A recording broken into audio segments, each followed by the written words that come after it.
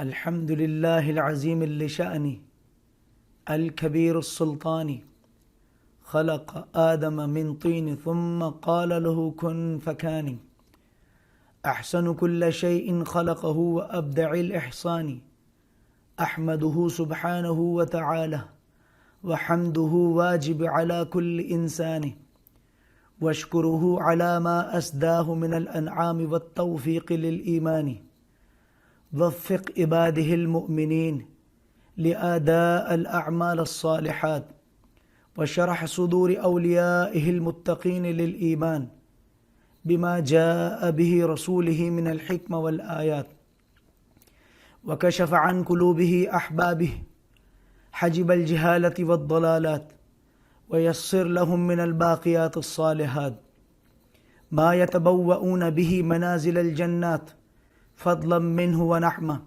وربك يخلق ما يشاء ويختار من المخلوقات أما بعد أيها الناس اتقوا الله حق تقوى وراقبوه مراقبة من يعلم أنه يسمعه ويراه واعلموا ليوم ترجعون فيه إلى الله يوم تجد كل نفس ما عملت من خير محضرا وما عملت من سوء تود لو أن بينها وبينه أمدا بعيدا نشهد أن سيدنا محمدا عبده ورسوله أرسله بالهدى ودين الحق ليظهر على الدين كله وكفى بالله شهيدا خصوصا على أفضلهم وخاتم النبيين محمد الأمين وعلى آل أصحابه وأجمعين فصلى الله عليه وسلم تسليما كثيرا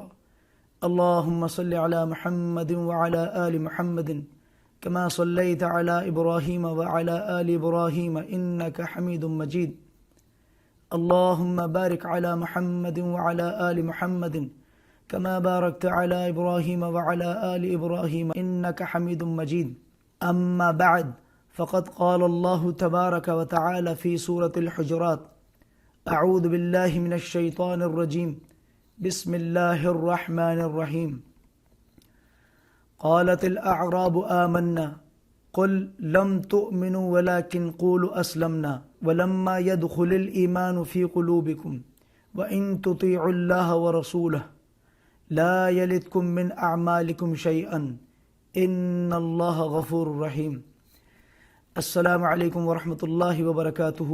آج میں اس لیکچر کو ریکارڈ کرواتے ہوئے بہت ہی خوش ہوں۔ اس کی وجہ یہ ہے کہ اس لیکچر کے ذریعے سے میں بہت سے باطل عقائد کا قلع کما کر دوں گا انشاءاللہ تعالی عز و جل۔ جیسا کہ آپ بارہا مجھ سے پہلے بھی سن چکے ہیں حدیث جبریل، جو کہ ہم نے اپنے انٹرنل جتنے بھی لیکچرز ہوئے اس میں الحمدللہ رب العالمین ہم نے اس حدیث کو رکھا۔ جیسا کہ میں بارہا پہلے بھی بتا چکا ہوں کہ یہ جو باطل عقیدہ تھا محمد رسول اللہ صلی اللہ علیہ وسلم کے دور سے ہی یہ عقیدہ جو ہے وہ پروان چڑھنا شروع ہو گیا تھا۔ وہ کیا تھا؟ مدنی دور میں لوگوں نے یہ سمجھنا شروع کر دیا کہ اسلام میں داخل ہو جانا ہی ایمان کی علامت ہے۔ یہاں پر آپ دیکھیں گے اس آیت کو جو میں نے پڑھا آپ کے سامنے دوبارہ پڑھ دیتا ہوں۔ قالت الاعراب آمنا، کہ اے نبی صلی اللہ علیہ وآلہ وسلم تسلیما کثیرا، قالت الاعراب آمنا، یہ آپ سے کہتے ہیں، عرب کے جو بدو لوگ ہیں یہ آپ سے کہتے ہیں کہ آمنا، کہ ہم ایمان لے آئے۔ قل لم تؤمنوا، اے نبی صلی اللہ علیہ وسلم ان سے فرما دیجئے ایمان نہیں لائے، بلکہ یوں کہو ولکن قولوا اسلمنا، بلکہ یوں کہو کہ تم اسلام میں داخل ہو گئے، یعنی تم نے اللہ کی نافرمانی چھوڑ کر تم نے مسلمان یعنی فرما بردار ہونے کا دعویٰ کیا۔ لیکن یہ جو تم دعویٰ کر رہے ہو کہ تم ایمان لے آئے ہو، یہ سراسر باطل تمہارا جو ہے یہ دعویٰ ہے۔ وَلَمَّا يَدْخُلِ الْإِيمَانُ فِي قُلُوبِكُمْ، اور ایمان کی پہچان تو یہ ہے کہ جب ایمان لوگوں کے دلوں میں داخل ہوتا ہے، یا تمہارے دلوں میں جو ایمان داخل ہوگا، وَإِن تُطِيعُوا اللَّهَ وَرَسُولَهُ، تمہارے ایمان جو ہے تمہارے دلوں میں داخل ہو ہی نہیں سکتا کہ تم اللہ اور اس کے رسول کی اطاعت کرو۔ لا یلدکم من اعمالکم شیئا، تو تمہارے اعمال میں سے ہرگز کسی بھی شے کا جو ہے وہ کمی نہیں کی جائے گی۔ ان اللہ غفور رحیم، بلا شبہ اللہ بہت زیادہ بخشنے والا اور مہربان ہے۔ آج میں آیت یہ آپ لوگوں کے سامنے کیوں لے کر آیا، اس کی کیا وجہ ہے؟ کیونکہ آج ہمارے بھی اسی طرح کے عقائد ہیں کہ ہمیں لگتا ہے کہ اسلام یعنی مسلمان پیدا ہو جانا ہی ہمارے لیے جو ہے وہ کافی ہے۔ جس طرح سے اس دور میں فتنہ جو ہے وہ پلنا شروع ہوا تھا کہ لوگ جو ہے وہ مسلمان اسلام میں داخل ہوئے اور ان کو لگا کہ وہ ان کا ایمان جو ہے وہ کامل ہو گیا، یعنی اسلام اور ایمان کو انہوں نے ایک جیسا سمجھا۔ اسی طرح سے آج ہمارا بھی سیم اسی طرح کا مسئلہ ہے کہ ہم بھی مسلمان گھرانے میں پیدا ہوئے اور ہمیں لگتا ہے کہ ہم جو ہے وہ جنت کے جو ہے وہ بشارت کے مستحق ہو گئے۔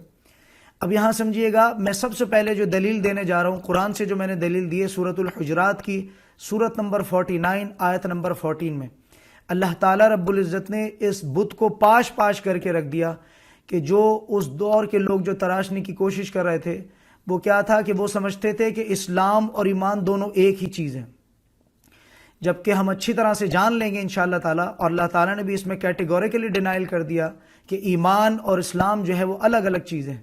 ابھی یہ جو میں نے دلیل رکھی ہے وہ قرآن سے رکھی، اسی طرح سے میں جو دلیل ہے انشاءاللہ تعالیٰ آپ کے سامنے حدیث سے بھی رکھوں گا، لیکن یہاں ساتھ ہی ساتھ میں چاہتا ہوں کہ آپ لفظ جو اطاعت جو آیا ہے ذرا اس کو اچھی طرح سے سمجھ لیجئے اور اس کی اہمیت بھی آپ اچھی طرح سے سمجھ لیجئے۔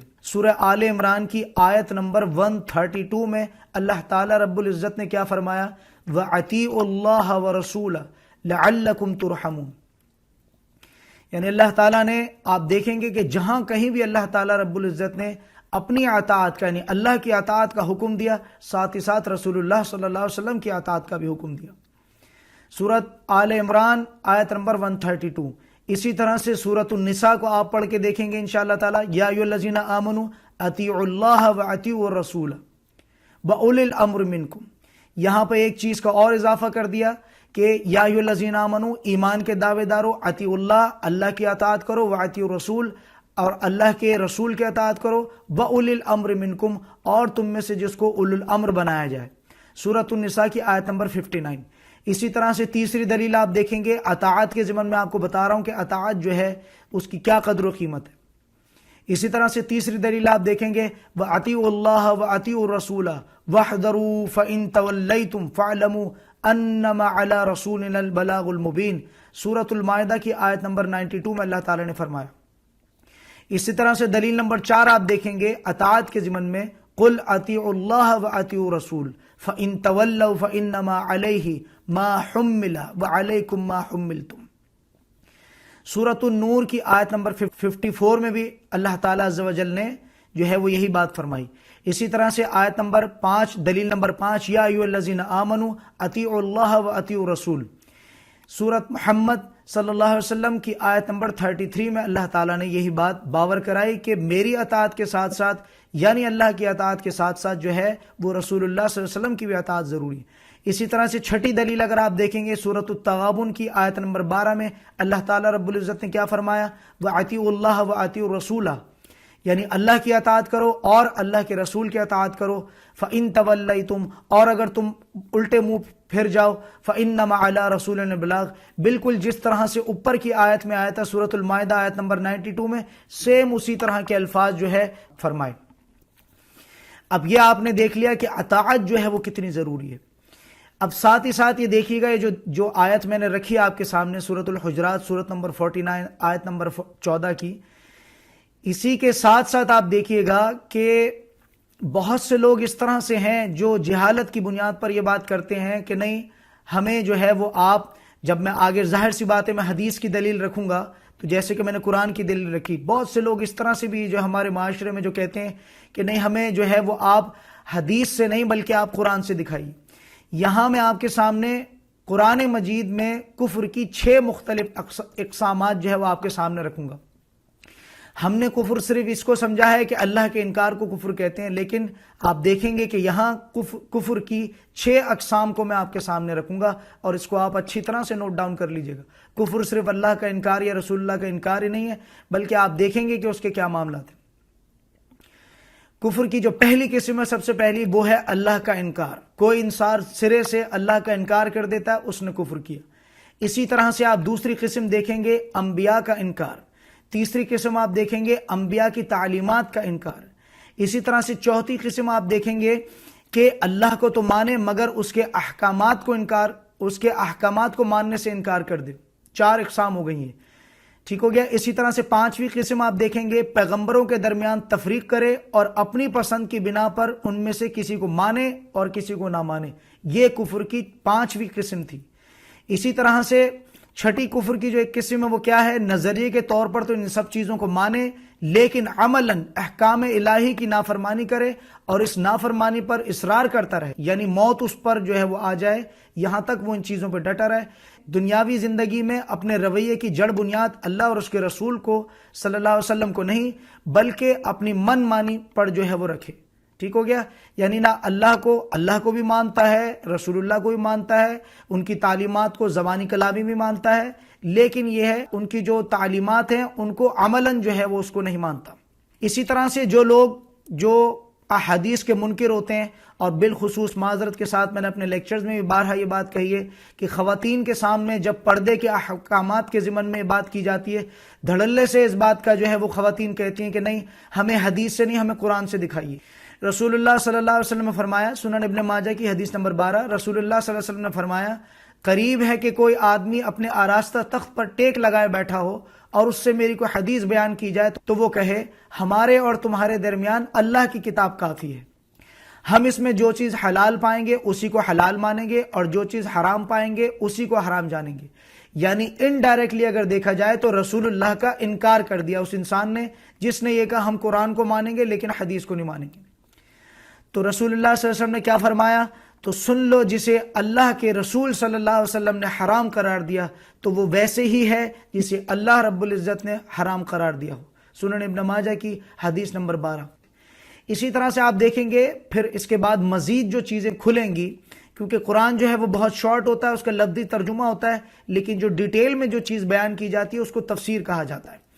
اب یہاں پہ آپ دیکھیں گے یہی معاملات ایمان اور اسلام کے اگر آپ کو اچھی طرح سے سمجھ میں نہ آئے ہوں تو آپ بالکل اطمینان سے رہیے انشاءاللہ تعالیٰ. اب جو آگے حدیث آ رہی ہے انشاءاللہ تعالیٰ اس میں آپ کو اچھی طرح سے آپ کو معاملات سمجھ میں آ جائیں گے. اب یہ جو حدیث میں آپ کے سامنے رکھنے لگا ہوں صحیح مسلم کی حدیث ہے، حدیث نمبر 93، جس کو حدیث جبریل بھی کہا جاتا ہے اور جس کو حدیث ام السنہ جس کو کہا جاتا ہے. اس حدیث کو ام السنہ کیوں کہا جاتا ہے؟ کیونکہ یہ جڑ ہے، یہ ماں ہے، یہ اساس ہے سنت کی. کوئی بھی انسان اگر اس حدیث کو ماننے سے انکار کر دے تو سمجھ لیجئے گا کہ وہ اس انسان نے اسلام کے ایمان کے پلرز کو ماننے سے انکار کر دیا. اصحاب کرام فرماتے ہیں میں آپ کو اس حدیث سے کیا سمجھانا چاہتا ہوں؟ میں آپ کو اس حدیث سے یہ سمجھانا چاہتا ہوں کہ جیسے آپ سمجھیں گے کہ اسلام اور ایمان دونوں الگ الگ چیزیں ہیں اور اس کو سمجھنے کی کیا ضرورت ہے انشاءاللہ تعالی. جو میرا ٹاپک ہے آگے چل کے آپ کو اچھی طرح سے بات کلیئر ہو جائے گی. اس میں اچھی طرح سے سمجھ لیجئے گا کہ جس طرح سے اس دور کے مسلمان نے بھی یہ سمجھا کہ وہ صرف مسلمان ہو گیا، 5 چیزوں پر اس نے گواہی دے دی اور وہ جنت کا ٹھیکیدار بن گیا، سیم اسی طرح کا مرض جو ہے وہ ہماری امت میں بھی آج پایا جاتا ہے کہ ہم مسلمان گھرانے میں پیدا ہو گئے اور ہمیں لگا کہ اللہ بڑا غفور رحیم ہے، جو کہ اللہ رب العزت ہے لیکن مومن کے حق میں.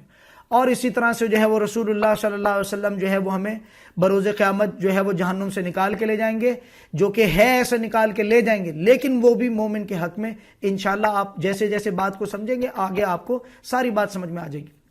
اصحاب کرام فرماتے ہیں کہ ہم ایک دن ہم محمد رسول اللہ صلی اللہ علیہ وسلم کی خدمت میں حاضر تھے کہ اچانک ایک شخص ہمارے سامنے نمودار ہوا. اس کے کپڑے انتہائی سفید اور اس کے بال انتہائی سیاہ تھے. اس پر سفر کا کوئی اثر دکھائی نہیں دیتا تھا، ہم میں سے کوئی اسے پہچانتا بھی نہیں تھا، حتیٰ کہ وہ آخر آ کر آپ صلی اللہ علیہ وسلم کے پاس بیٹھ گیا اور اپنے گھٹنے آپ صلی اللہ علیہ وسلم کے گھٹنوں سے ملا دیے. اے محمد صلی اللہ علیہ وآلہ وسلم، مجھے اسلام کے بارے میں بتائیے. یعنی آپ صلی اللہ علیہ وسلم سے جو پہلا سوال پوچھا گیا وہ کیا پوچھا گیا؟ وہ یہ پوچھا گیا کہ مجھے بتائیے ما هو الاسلام؟ قال رسول اللہ صلی اللہ علیہ وآلہ وسلم الاسلام ان تشہد ان لا الہ الا اللہ وان محمد رسول اللہ صلی اللہ علیہ وسلم. رسول اللہ صلی اللہ علیہ وسلم نے فرمایا کہ اسلام یہ ہے کہ تم اس بات کی گواہی دو کہ اللہ تعالیٰ کے سوا عبادت کے کوئی لائق نہیں. بہرحال ہم بار بار یہ بات پڑھ چکے ہیں کہ لفظ عبادت بنا ہے عبد سے، جس کے معنی ہیں بندگی، چاکری، غلامی. ہم نے جو ہے وہ عبادت لفظ کو صرف یہ سمجھا ہے کہ ہم نے جو ہے وہ یہ سمجھا ہے کہ نماز پڑھ لی، روزہ رکھ لیا، بس یہی چیزوں کا نام عبادت ہے. تو اچھی طرح سے سمجھ لیجئے گا کہ عبادت کا لفظ ہے بندگی، پراپر بندگی، چاکری، غلامی کو کہتے ہیں۔ وَتُقِيمُ الصَّلَاةَ وَتُؤْتُ الزَّكَاةَ وَتَصُومُ رمضان وَتُحِجُّ الْبَيْتَ إِنِ اسْتَطَعْتَ إِلَيْهِ سَبِيلًا، اور ساتھ ہی ساتھ آپ صلی اللہ علیہ وسلم نے اور کیا باتیں فرمائیں کہ نماز کا نمبر 2 تو نماز کا اہتمام کرو، زکوٰۃ ادا کرو، رمضان کے روزے رکھو، اور 5ویں چیز کیا فرمائی؟ اللہ کے گھر تک کا راستہ طے کرنے کی استطاعت ہو تو اس کا حج کرو۔ یہ بات جب حضرت جبریل علیہ السلام نے سنی تو آپ نے فرمایا کہ آپ نے سچ فرمایا۔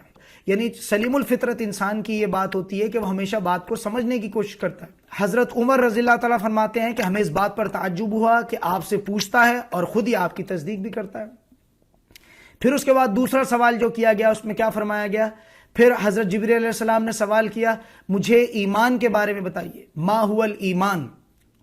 اب دیکھیے گا، میں یہ حدیث آپ لوگوں کے سامنے کیوں رکھنا چاہتا تھا کہ اسلام ایک الگ چیز ہے اور ایمان جو ہے وہ ایک الگ چیز ہے۔ ہمارے یہاں آج کے دور میں لوگوں کو لگتا ہے کہ اسلام اور ایمان ایک ہی چیز ہے، اور آپ دیکھیں گے آگے چل کے کہ اللہ تعالیٰ رب العزت نے قرآن اور حدیث میں کم سے کم ڈیمانڈ اللہ تعالیٰ رب العزت نے جو ہے وہ ایمان کی رکھی ہے۔ تمام بشارتیں جتنی بھی ہیں وہ ایمان کی ہیں۔ آپ صلی اللہ علیہ وسلم نے فرمایا یہ کہ تم اللہ پر نمبر 1، اس کے فرشتوں پر نمبر 2، اس کی کتابوں پر نمبر 3، اس کے رسولوں پر نمبر 4، نمبر 5 کیا ہے؟ آخری دن یعنی یوم قیامت پر ایمان رکھو، اور چھٹی چیز جو ہے وہ کیا ہے؟ اچھی اور بری تقدیر پر بھی ایمان لاؤ۔ جب یہ ساری چیزیں آپ صلی اللہ علیہ وسلم نے فرما دی، پھر حضرت جبریل علیہ السلام نے فرمایا کہ آپ نے درست فرمایا۔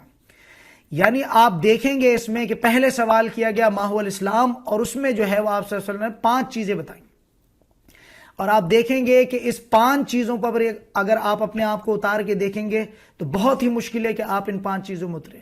اسلام یہ کہ تم اس بات کی گواہی دو کہ اللہ تعالیٰ کے سوا کوئی عبادت کے لائق نہیں، اور محمد رسول اللہ صلی اللہ علیہ وسلم اللہ کے رسول ہیں۔ ہمارے اس میں بھی لا الہ الا اللہ محمد رسول اللہ کے معاملات بھی بہت خراب ہیں۔ اسی طرح سے نماز کے اہتمام میں بھی ہمارے معاملات بہت خراب ہیں۔ آپ دیکھیں گے کہ ہم اسلام کے 5 ارکان میں بھی جو ہے وہ پوری طرح سے نہیں اتر پاتے۔ زکوٰۃ میں بھی ہماری کتنی چوری ہے، جعلی انوائسز بنا کے ہم سارا جو ہے وہ ان پٹ اکاؤنٹ جو ہے سارا جتنا بھی ہے وہ ہم اکٹھا کرتے ہیں، ان پٹ ٹیکس ہم اکٹھا کرتے ہیں، اور پھر اس کے بعد جو ہے لوگوں سے ٹیکس لے کے کھا جاتے ہیں زکوٰۃ کے ضمن میں۔ اسی طرح سے آپ دیکھیں گے رمضان کے روزوں کے بھی بہت معاملات ہمارے خراب ہیں۔ اسی طرح سے آپ دیکھیں گے ہم لکھ پتی ہیں، کروڑ پتی ہیں، لیکن ہمارا جو ہے وہ دماغ کبھی بھی جو ہے وہ حج کی طرف نہیں جاتا۔ یعنی آپ دیکھیں گے کہ اسلام کے ہی معاملات جو ہے ہمارے یہ معاملات بھی بہت خراب ہے، ایمان تو پھر بہت دور کی بات ہے۔ اب یہاں پہ جو حدیث جو رکھنے کا مقصد تھا وہ یہ تھا کہ اسلام جو ہے ایک الگ چیز ہے اور ایمان جو ہے وہ ایک الگ چیز ہے۔ اگر یہ دونوں ایک ہی چیز ہوتی تو پھر حضرت جبریل علیہ السلام نے یہ سوال کیوں کیا، اور پھر آپ صلی اللہ علیہ وسلم نے اس طرح کی تشریح کیوں دی؟ اچھی طرح سے سمجھ لیجیے گا۔ تو 5 چیزیں جو اوپر کی ہیں اسلام کی، اس کے ساتھ اگر یہ 6 چیزیں ہم ملاتے ہیں تو ہم مومن کہلانے والے بن جاتے ہیں۔ لیکن میں بارہا بتا چکا ہوں کہ ہمارے جو ہے وہ 5 چیزوں کے معاملات بہت زیادہ خراب ہیں۔ سمجھ میں آ گئی؟ تو آپ دیکھیں گے یہ کہ تم اللہ پر، اب اللہ تعالیٰ پر ایمان رکھنے سے کیا مراد ہے؟ اللہ تعالیٰ پر ایمان رکھنے سے مراد ہے کہ قرآن کو تفسیر سے پڑھنا تھا۔ یہاں میں ساتھ ہی ساتھ یہ بات بھی بتا دینا چاہتا ہوں کہ قرآن کو صرف ترجمے سے پڑھنے سے کبھی بھی جو ہے وہ قرآن سمجھ میں نہیں آتا، اور جس لمحہ آپ نے قرآن کو ترجمے سے پڑھا صرف آپ نے اللہ کی اطاعت کی، آپ نے رسول اللہ کی اطاعت نہیں کی، کیونکہ جو چیزیں اس کے ضمن میں آتی ہیں، جو اس کے حاشیے میں آتی ہیں، جو اس کی تفسیر میں وہ جو چیزیں آتی ہیں، وہ محمد رسول اللہ کا بیان کردہ جو ہے وہ ساری چیزیں۔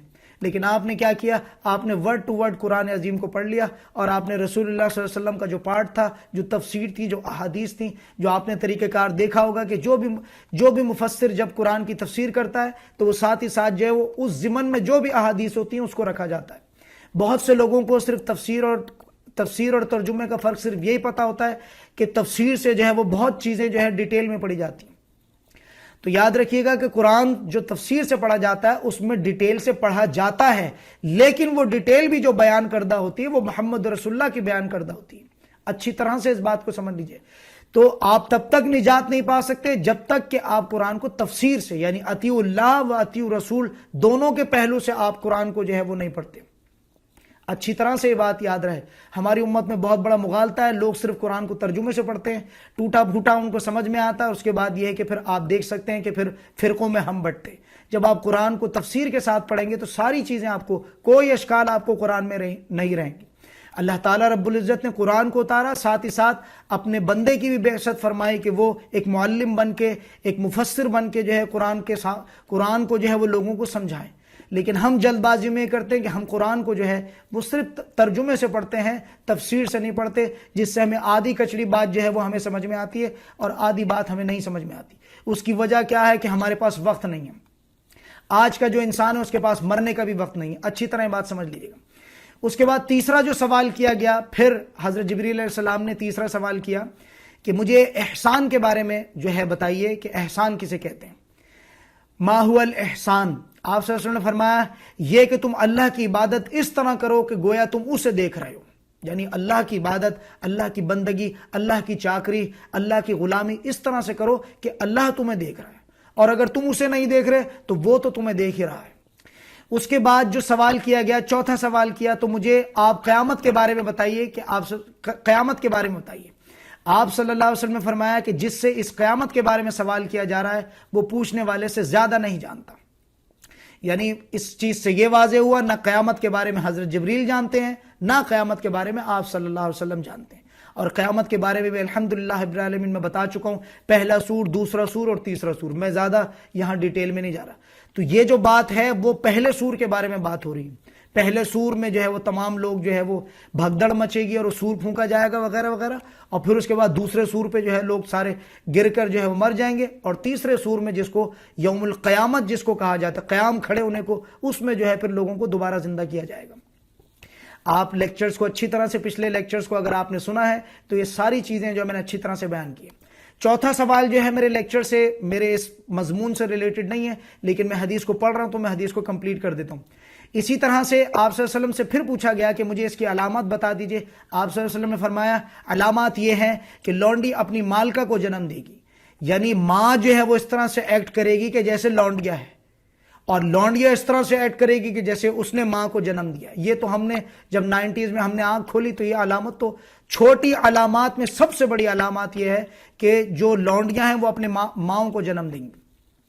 ساتھ ہی ساتھ اور یہ کہ تم ننگے پاؤں، ننگے بدن، محتاج بکریاں چرانے والوں کو، یعنی یہ جو عرب کا جو اب معاملہ شروع ہو گیا ہے، یہ بھی آپ کو اچھی طرح سے پتا ہے کہ ایک جو ہے برج الخلیفہ بنا دیا ہے دبئی نے، تو دوسرا جو ہے وہ اور سعودیہ میں کنگڈم ٹاور، اور یہ سارا جو ہے عرب کے جو ننگے بدن اور محتاج اور بکریاں چرانے والوں کو دیکھو گے کہ وہ اونچی سے اونچی عمارتیں بنانے میں ایک دوسرے سے مقابلہ کر رہے ہیں۔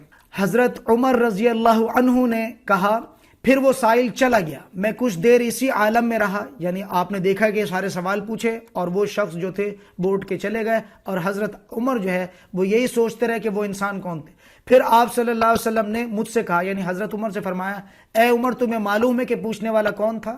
میں نے عرض کی اللہ اور اس کے رسول زیادہ آگاہ ہیں۔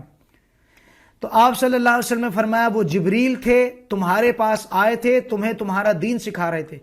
اب یہاں پہ سمجھ لیجئے گا جو میں نے بات بتائی تھی، یہ بہت زیادہ مغالطہ جو ہے اس دور میں بھی لوگوں کو یہ چیزوں کو لے کر بہت زیادہ مغالطہ تھا، اور یہ ساری چیزیں جو تھیں، یہ مسئلہ جو ہے آپ صلی اللہ علیہ وسلم کے دور میں جو منافقین ٹائپ کے لوگ تھے، جو اسلام میں داخل ہو، جو تاجر لوگ تھے، میں بارہا بتا چکا ہوں، ان کو ان چیزوں سے اتنی زیادہ غرض نہیں تھی۔ ان کو لگا کہ اب یہ اسلام غالب آ رہا ہے اور یہ ساری چیزیں، لہٰذا کلمہ پڑھ کے لا الہ الا اللہ محمد رسول اللہ پڑھ کے داخل ہو جاؤ، اور پھر اسی طرح سے یہ ہے کہ جب ایک بار داخل ہو جاؤ گے تو اپنی تجارت وغیرہ کرتے رہنا۔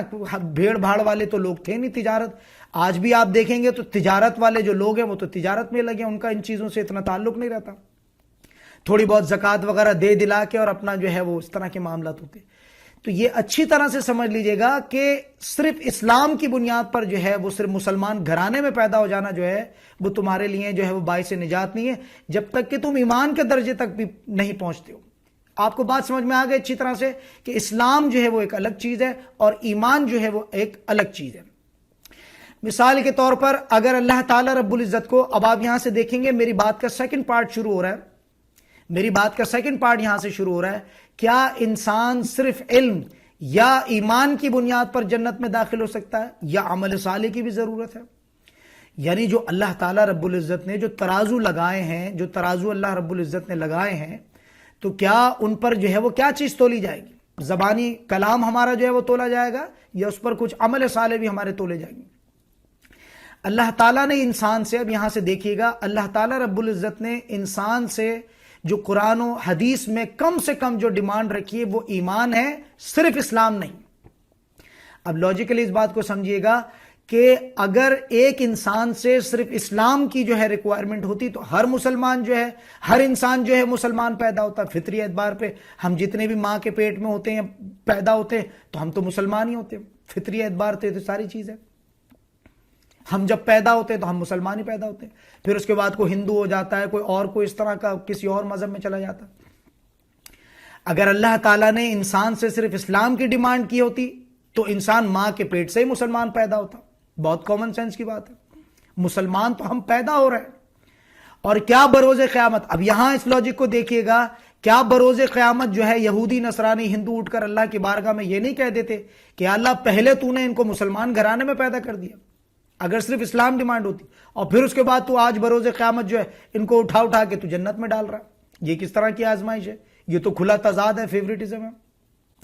یعنی ایک انسان مسلمان گھرانے میں پیدا ہو جانا، اس کے صرف یہ تو اس کی خوش نصیبی ہوگا ایک طرح سے، یہ تو اللہ کی اتھارٹی تھی۔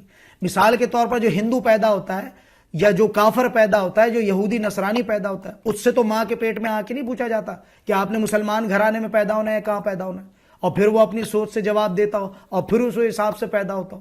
ایسے تو کچھ بھی نہیں ہے۔ تو یہاں پہ آپ دیکھیں گے کہ صرف مسلمان گھرانے میں پیدا ہو جانا جو ہے وہ ہمارے لیے ناکافی ہے، بلکہ ہمیں جو کام کرنا ہے وہ کیا کرنا ہے؟ ایمان کے درجے تک پر فائز ہونا۔ میں اس بات کو تھوڑا آسان کر دیتا ہوں، مثال کے طور پر کہ صرف زبانی کلامی یہ بات کہہ دینا کہ اسلام یہ ہے کہ تم اس بات کی گواہی دو، گواہی میں بھی پھر وہ آپ مزید دیکھیں گے کہ اقرار باللسان و تصدیق بالقلب۔ اب ہم اقرار تو کرتے ہیں زبان سے، اقرار باللسان پہ تو ہم پورا اترتے ہیں، لیکن تصدیق بالقلب میں ہم زیرو ہیں۔ تصدیق اگر ہم کریں تو کیا ہمارے اعمال میں فرق نہ پڑے؟ تو یہاں اچھی طرح سے سمجھ لیجئے گا کہ انسان سے قرآن میں جس چیز کی ڈیمانڈ کی گئی وہ ایمان ہے، صرف اسلام نہیں۔ اور تو اور صرف ایمان ہی نہیں بلکہ ایمان کے ساتھ بھی جو ہے وہ عمل صالح کی ڈیمانڈ کی گئی ہے۔ میں انشاءاللہ تعالیٰ آپ کو 53 مقامات اس طرح کے قرآن عظیم سے دکھا دوں گا، لکھوا دوں گا کہ آپ اچھی طرح سے اس پر ریسرچ کر سکتے ہیں۔ اب یہاں پہ آپ دیکھیے گا جو پہلا مقام، اور میں ساتھ ہی ساتھ آپ کو فارمولا بھی بتا دوں، مثال کے طور پر اگر آپ tanzil.net پہ جاتے ہیں، www.tanzil.net، یا اور آپ کو کوئی ویب سائٹ پتا ہو جہاں ڈیجیٹل قرآن ہو، جہاں پہ سرچ کرنے والا بائی ورڈز قرآن کو آپ سرچ کر سکتے ہو، اگر آپ وہاں جاتے ہیں اور وہاں جا کے آپ وَعَمِلُوا لفظ سرچ کرتے ہیں، واو عین میم لام اور واو، اس لفظ کو اگر آپ سرچ کرتے ہیں tanzil.net پہ یا کہیں پہ بھی کسی بھی ویب سائٹ پہ اگر آپ سرچ کرتے ہیں تو وہاں آپ دیکھیں گے آپ کے سامنے رزلٹ آئے گا، 53 ٹائمز آپ کے پاس یہ رزلٹ آئے گا، اور جس میں سے آپ دیکھیں گے کہ اللہ تعالی رب العزت نے کہیں بھی ایسا نہیں ہوا کہ جس میں بشارت دی ہو۔ آپ دیکھیں گے کہ تمام بشارتیں جتنی بھی ہیں وہ ایمان والوں کے لیے، اسلام والوں کے لیے نہیں ہیں۔ یعنی مثال کے طور پر پہلا جب آپ اس کو لکھ کے سرچ کریں گے تو آپ دیکھیں گے وَبَشِّرِ الَّذِينَ آمَنُوا، جیسے سورۃ البقرہ کی، میں ساتھ ساتھ آپ کو آیات بھی بتاتا رہوں گا، آیت نمبر بھی بتاتا رہوں گا۔ اگر آپ ٹیکنیکلی ان چیزوں میں اتنے زیادہ اسٹرانگ نہیں ہیں، نہیں سرچ کر سکتے، تو آپ اس طرح سے ان چیزوں کو دیکھ سکتے ہیں۔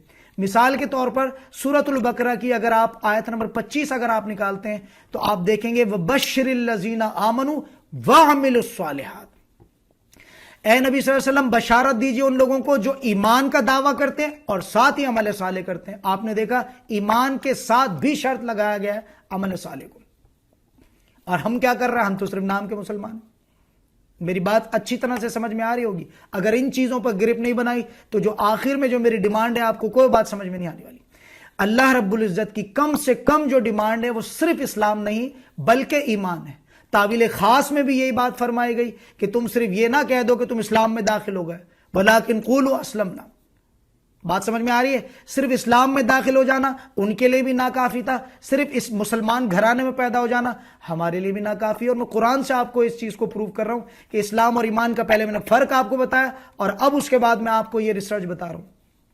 سورۃ البقرہ کی آیت نمبر 25، اسی طرح سے آپ دیکھیں گے سورۃ البقرہ کی دلیل نمبر 2 بتا رہا ہوں، سورۃ البقرہ کی آیت نمبر 82۔ میں اس طرح کی آپ کو صرف 8 سے 10 آیات بتاؤں گا، باقی میں آپ کو نمبر لکھوا دوں گا، یا آپ خود بھی اگر اس پہ لکھ کے اگر ٹائپ کریں گے عاملو، واو زبر وا عین زبر آ میم زیر می لام واو پیش لو، اگر آپ یہ بھی لکھ کے سرچ کرتے ہیں 53 مقامات آپ کے سامنے آ جائیں گے، 53 مقامات۔ ظاہر سی بات ہے کہ میں یہاں اتنا لمبا چوڑا سارا معاملات نہیں رکھ سکتا کیونکہ لیکچر بہت لمبا ہو جائے گا۔ اسی طرح سے دلیل نمبر 2 دیکھیے گا، سورۃ البقرہ کی آیت نمبر 82 میں اللہ تعالیٰ رب العزت کیا فرما رہا ہے؟ وَالَّذِينَ آمَنُوا وَعَمِلُوا الصَّالِحَاتِ، اور وہ لوگ جو ایمان لے کر آئے، یعنی اسلام کے بعد محنت کی، آمنت باللہ وملائکتہ وکتبہ والقدر خیر شر من اللہ تعالی والبعث بعد الموت، ان 6 چیزوں پر آپ نے کام کیا تو آپ مومن کہلانے کے لائق ہو گئے۔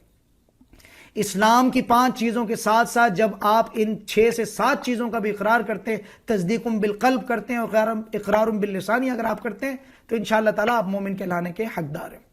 والذین آمنوا، اور وہ لوگ کے جو ایمان لائے، پھر اس کے ساتھ شرط لگا دی وعملوا الصالحات، اولئک اصحاب الجنہ، در حقیقت یہ ہے وہ لوگ جو اصحاب الجنہ ہیں، ہم فیہا خالدون، جو اس میں ہمیشہ ہمیشہ رہیں گے۔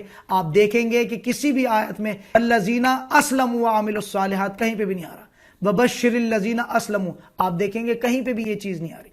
لفظ اسلموا جو ہے آپ میں آگے چل کے بتاؤں گا کہ میں نے اس ورڈ پہ بھی ریسرچ کی کہ میں اس ورڈ کو بھی میں رکھوں، مختلف جو ہے شکل میں میں نے اس لفظ کو ریسرچ کیا، لیکن کہیں اس ورڈ کے ساتھ کوئی جو ہے بشارت نہیں ملی۔ بشارت ملے گی تو ایمان کے ساتھ ملے گی، میں صرف اتنی بات پروف کرنا چاہتا ہوں آپ کو۔ اسی طرح سے تیسری دلیل میں دیکھیے گا ان الذین آمنوا وعملوا الصالحات، اب آپ دیکھیں گے کہ یہاں پہ بھی وہی ڈیمانڈ کی جا رہی ہے، ان الذین آمنوا، بلا شبہ وہ لوگ کہ جو ایمان لائے اور عمل صالح کیے، یعنی اسلام کے بعد ایمان لائے اور اس کے ساتھ عمل صالح بھی کیے۔ میں صرف یہ بات آپ کو پروف کرنا چاہ رہا ہوں، ہمارے لوگوں کو صرف قرآن پڑھنا ہے، نہ ان کو ایمان میں داخل ہونا ہے اور نہ ان کو جو ہے وہ عمل صالح کرنا۔ عمل صالح کی بات کرو تو نکل کے بھاگتے ہیں۔ اسی طرح سے آپ چوتھی دلیل دیکھیں گے، تیسری دلیل کا نوٹ کر لیجئے گا، سورۃ البقرہ میں آیت نمبر 277 میں۔ اسی طرح سے چوتھی دلیل آپ دیکھیں گے سورہ آل عمران کی آیت نمبر 57 میں، اللہ تعالیٰ کیا فرما رہا ہے؟ وَأَمَّا الَّذِينَ آمَنُوا وَعَمِلُوا الصَّالِحَاتِ، لیکن وہ لوگ، کفار کے پچھلی آیتوں میں کچھ کفر کے بارے میں ذکر کر کے اللہ تعالیٰ فرما رہا ہے، اس کے برخلاف وَأَمَّا الَّذِينَ آمَنُوا، لیکن وہ لوگ کہ جو ایمان لائے وَعَمِلُوا الصَّالِحَاتِ، اور انہوں نے عمل صالح کی۔ آپ دیکھیں گے کہ قرآن عظیم میں دعوے کے ساتھ اس بات کو میں ریکارڈ کروا رہا ہوں، اس بات کو، کہیں کوئی بشارت آپ کو صرف اسلام میں داخل ہونے کی نہیں ملتی، کیونکہ فطری طور پہ آپ مسلمان پیدا ہوتے ہیں، کرنے کا کام آپ کا ایمان کا تھا، آپ کو ان آگے کی 7 چیزوں پر، اور اس میں بھی اللہ پر ایمان سے کیا مراد ہے، قرآن کو تفسیر سے پڑھنا پڑے گا۔ اور اسی طرح سے آمنت باللہ وملائکتہ، اللہ کے فرشتوں پر ایمان رکھنا۔ ایمان ہمیں پتہ ہے ہم اس چیز کے لیے استعمال کرتے ہیں جس کو ہم چھو نہیں سکتے، چکھ نہیں سکتے، دیکھ نہیں سکتے، ایمان اسی چیز کو کہا جاتا ہے۔ اسی طرح سے آپ 5ویں دلیل دیکھیں گے میری سورۃ النساء کی آیت نمبر 57 میں، اللہ تعالیٰ کیا فرماتے ہیں؟ والذین آمنوا وعملوا الصالحات، اور وہ لوگ کہ جو ایمان لائے، جنہوں نے ایمان کا دعویٰ کیا، وعملوا الصالحات، اور عمل صالح کیے، سندخلہم جنات تجری من تحتہا الانہار خالدین فیہا ابدا، ہم لازماً ایسے لوگوں کو جنات میں جو ہے جنتوں میں داخل کریں گے جن کے دامنوں میں جو ہے وہ ندی بہتی ہوگی، اور جہاں وہ ہمیشہ ہمیشہ رہیں گے۔ اسی طرح سے آپ دلیل نمبر 6 دیکھیں گے، اس طرح کی 53 دلائل ہیں، لیکن میں صرف 7-8 کو یہاں پہ بیان کرنے والا ہوں کیونکہ لیکچر بہت لمبا ہو جائے گا۔ میں نے فارمولا آپ کو بتا دیا ہے، وَعَمِلُوا لفظ کو اگر آپ سرچ کرتے ہیں تو یہ ساری چیزیں آپ کے سامنے آ جائیں گی۔ اسی طرح سے 7ویں دلیل آپ دیکھیے گا، 6ٹھی دلیل کا جو ریفرنس تھا سورۃ النساء آیت نمبر 122، 7ویں دلیل کا آپ دیکھیں گے سورۃ النساء آیت نمبر 173، فَأَمَّا الَّذِينَ آمنوا وعملوا الصالحات فَيُوَفِّيهِمْ أُجُورَهُمْ، ہم لازماً ایسے لوگوں کا جو ہے وہ اجر ان کو دے کے رہیں گے۔ فَأَمَّا الَّذِينَ آمنوا، پس جو لوگ ایمان لائیں اور عمل صالح کریں، یہاں بھی آپ نے دیکھ لیا، سب سے پہلے تمہیں ایمان میں آنا پڑے گا، اس کے بعد تمہیں عمل صالح بھی کرنا پڑے گا۔ ایسا نہیں ہے کہ تم مسلمان گھرانے میں پیدا ہو گئے اور تم نے غفلت میں زندگی گزار دی اور تمہیں مولوی نے پٹی پڑھا دی، جی حوروں کی بشارتیں آپ کو سنا رہا ہے۔ اچھی طرح سمجھ لیجئے گا، یہ لیکچر بہت مبارک ہے ان لوگوں کے حق میں جو غفلت کی زندگی میں نہیں رہنا چاہتے۔ اسی طرح سے آخری دلیل ہے، وعد اللہ الذین آمنوا وعملوا الصالحات لہم مغفرۃ واجر عظیم۔ سورۃ المائدہ 8ویں دلیل تھی، سورۃ المائدہ کی 8ویں دلیل تھی سورۃ المائدہ کی آیت نمبر 9، وعد اللہ الذین آمنوا، اللہ تعالیٰ رب العزت کا وعدہ ہے ان لوگوں کے حق میں جو ایمان لائے اور اس کے بعد عمل صالح کی۔ اللہ رب العزت نے تو کہیں نہیں کہا کہ تم صرف مسلمان گھرانے میں پیدا ہو جاؤ اور تم جو ہے وہ نبی کی امت میں سے بس وہ جھول لو اور گالو اور نبی کی امت کا ہونے کا دعویٰ کر دو، اور تم فاسق ہو اور تم فاجر ہو اور تم سود پہ کاروبار کر رہے ہو اور سارا بے حیائی کا کام چل رہا ہے۔ تو یہ معاملہ تھے۔ اسی طرح سے آپ دیکھیں گے، میں جلدی آپ کو، میں نے آپ سے کہا تھا کہ میں بتا دوں گا، سورۃ المائدہ 9ویں دلیل، 9th دلیل ہے سورۃ المائدہ کی آیت نمبر 93، 10ویں دلیل ہے سورۃ الاعراف کی آیت نمبر 42، اسی طرح سے 11ویں دلیل ہے سورہ یونس کی آیت نمبر 4، 12ویں دلیل ہے سورہ یونس کی آیت نمبر 9، 13ویں دلیل ہے سورہ ہود کی آیت نمبر 11، 14ویں دلیل ہے سورۃ الہود کی آیت نمبر 23، اسی طرح سے 15ویں دلیل ہے سورۃ الرعد کی آیت نمبر 29، 16ویں دلیل ہے سورہ ابراہیم کی آیت نمبر 23، 17ویں دلیل ہے سورۃ الکہف کی آیت نمبر 30، 18ویں دلیل ہے سورۃ الکہف کی ہی ہے 107، 19ویں دلیل ہے سورہ مریم کی 96، اسی طرح سے 20ویں دلیل ہے سورۃ الحج کی آیت نمبر 14، اسی طرح سے 21ویں دلیل ہے سورۃ الحج کی آیت نمبر 23، 22ویں دلیل ہے سورۃ الحج آیت نمبر 50، 23ویں دلیل ہے سورۃ الحج آیت نمبر 56، 24ویں دلیل ہے سورۃ النور آیت نمبر 55، 25ویں دلیل ہے سورۃ الشعراء آیت نمبر 227، 26ویں دلیل ہے سورۃ العنکبوت آیت نمبر 7، 27ویں دلیل ہے سورۃ العنکبوت آیت نمبر 9، 28ویں دلیل ہے سورۃ العنکبوت آیت نمبر 58، 29ویں دلیل ہے سورۃ الروم آیت نمبر 15، 30ویں دلیل ہے سورۃ الروم آیت نمبر 45۔ اسی طرح سے اور بھی دلائل ہیں، جب آپ سرچ کریں گے انشاءاللہ تعالیٰ تو آپ کو تمام دلائل مل جائیں گی، میرا لیکچر بہت لمبا ہو جائے گا۔ ساتھ ہی ساتھ یہاں پہ میں نے آپ سے جو ہے وہ یہ کہا تھا کہ اگر آپ مثال کے طور پر اگر آپ کو لگ رہا ہو کہ یہ تو صرف وہ عملو کر کے ڈھونڈا تو یہ ساری چیزیں آ گئیں، کچھ اور کر کے ڈھونڈتے تو شاید ہو سکتا ہے اسلام کے ساتھ بھی، صرف مسلمان ہونے کے ساتھ بھی جو ہے وہ کچھ نہ کچھ بشارت مل جاتی۔ اب یہاں میں نے کیا کیا ورڈ ڈھونڈے ہیں، قرآن میں سرچ کیا ہے، آپ کے سامنے رکھتا ہوں۔ میں نے لفظ ڈھونڈا مسلمہ، کوئی بشارت مجھے اس لفظ مسلمہ کے ساتھ جو ہے وہ نہیں ملی۔ اسی طرح سے جب میں نے لفظ ڈھونڈا سین لام اور میم، روٹ ورڈ جب میں نے سین لام میم کا ڈھونڈا، اس سے تمام یہ الفاظ بنے، لیکن ان تمام الفاظوں کے ساتھ بھی کوئی جنت کی بشارت نہیں تھی۔ سمجھ لیجئے گا اچھی طرح سے، میں صرف یہ بحث یہ ہے، موضوع یہ ہے، عنوان یہ ہے کہ صرف مسلمان گھرانے میں پیدا ہو جانے سے آپ کو ہرگز کسی جو ہے وہ اس کی جو ہے وہ جنت کی بشارت نہیں ملتی۔ جب سین لام میم جب میں نے لکھا تو وہاں پہ مسلمہ لفظ آیا، اس کے ساتھ بھی کوئی بشارت نہیں ملی، اسلمہ لفظ اس کے ساتھ بھی کوئی بشارت نہیں ملی، مسلمین کے ساتھ بھی کوئی بشارت نہیں ملی، مسلمون کے ساتھ بھی کوئی بشارت نہیں ملی، اسلمتو کے ساتھ بھی کوئی بشارت نہیں ملی، السلم کے ساتھ بھی کوئی بشارت نہیں ملی، سلمتم کے ساتھ بھی کوئی بشارت نہیں ملی، اسلمو کے ساتھ واو کے ساتھ یعنی اسلمو واو کے ساتھ بھی کوئی بشارت نہیں ملی، مسلمن کے ساتھ بھی کوئی بشارت نہیں ملی، سلمن کے ساتھ بھی کوئی بشارت نہیں ملی، لنسلمہ کے ساتھ بھی کوئی بشارت نہیں ملی، اور تسلمون کے ساتھ بھی کوئی بشارت نہیں ملی۔ آپ دیکھیں گے کہ لفظ مسلم کے ساتھ کوئی بشارت نہیں ملے گی جب تک کہ آپ جو ہے وہ مومن لفظ ایمان کے ساتھ، آمنو کے ساتھ آپ کو بشارتیں ملیں گی۔ اور میں یہاں بالخصوص وہ چیزیں رکھ دینا چاہتا ہوں، جیسے آپ نے دیکھا ہوگا ایک بہت مشہور جو کہ ہم ہر نماز میں بھی سورت پڑھتے ہیں، سورۃ العصر کی آیت نمبر 1 سے 3 میں بھی جو اللہ تعالیٰ رب العزت نے فرمایا، ویسے تو یہ 53 مقامات ہیں، ایک مقام جو ہے بہت پیارا ہے جس کو میں چاہتا ہوں کہ یہاں ایکسپلین کر دوں، وہ کیا ہے؟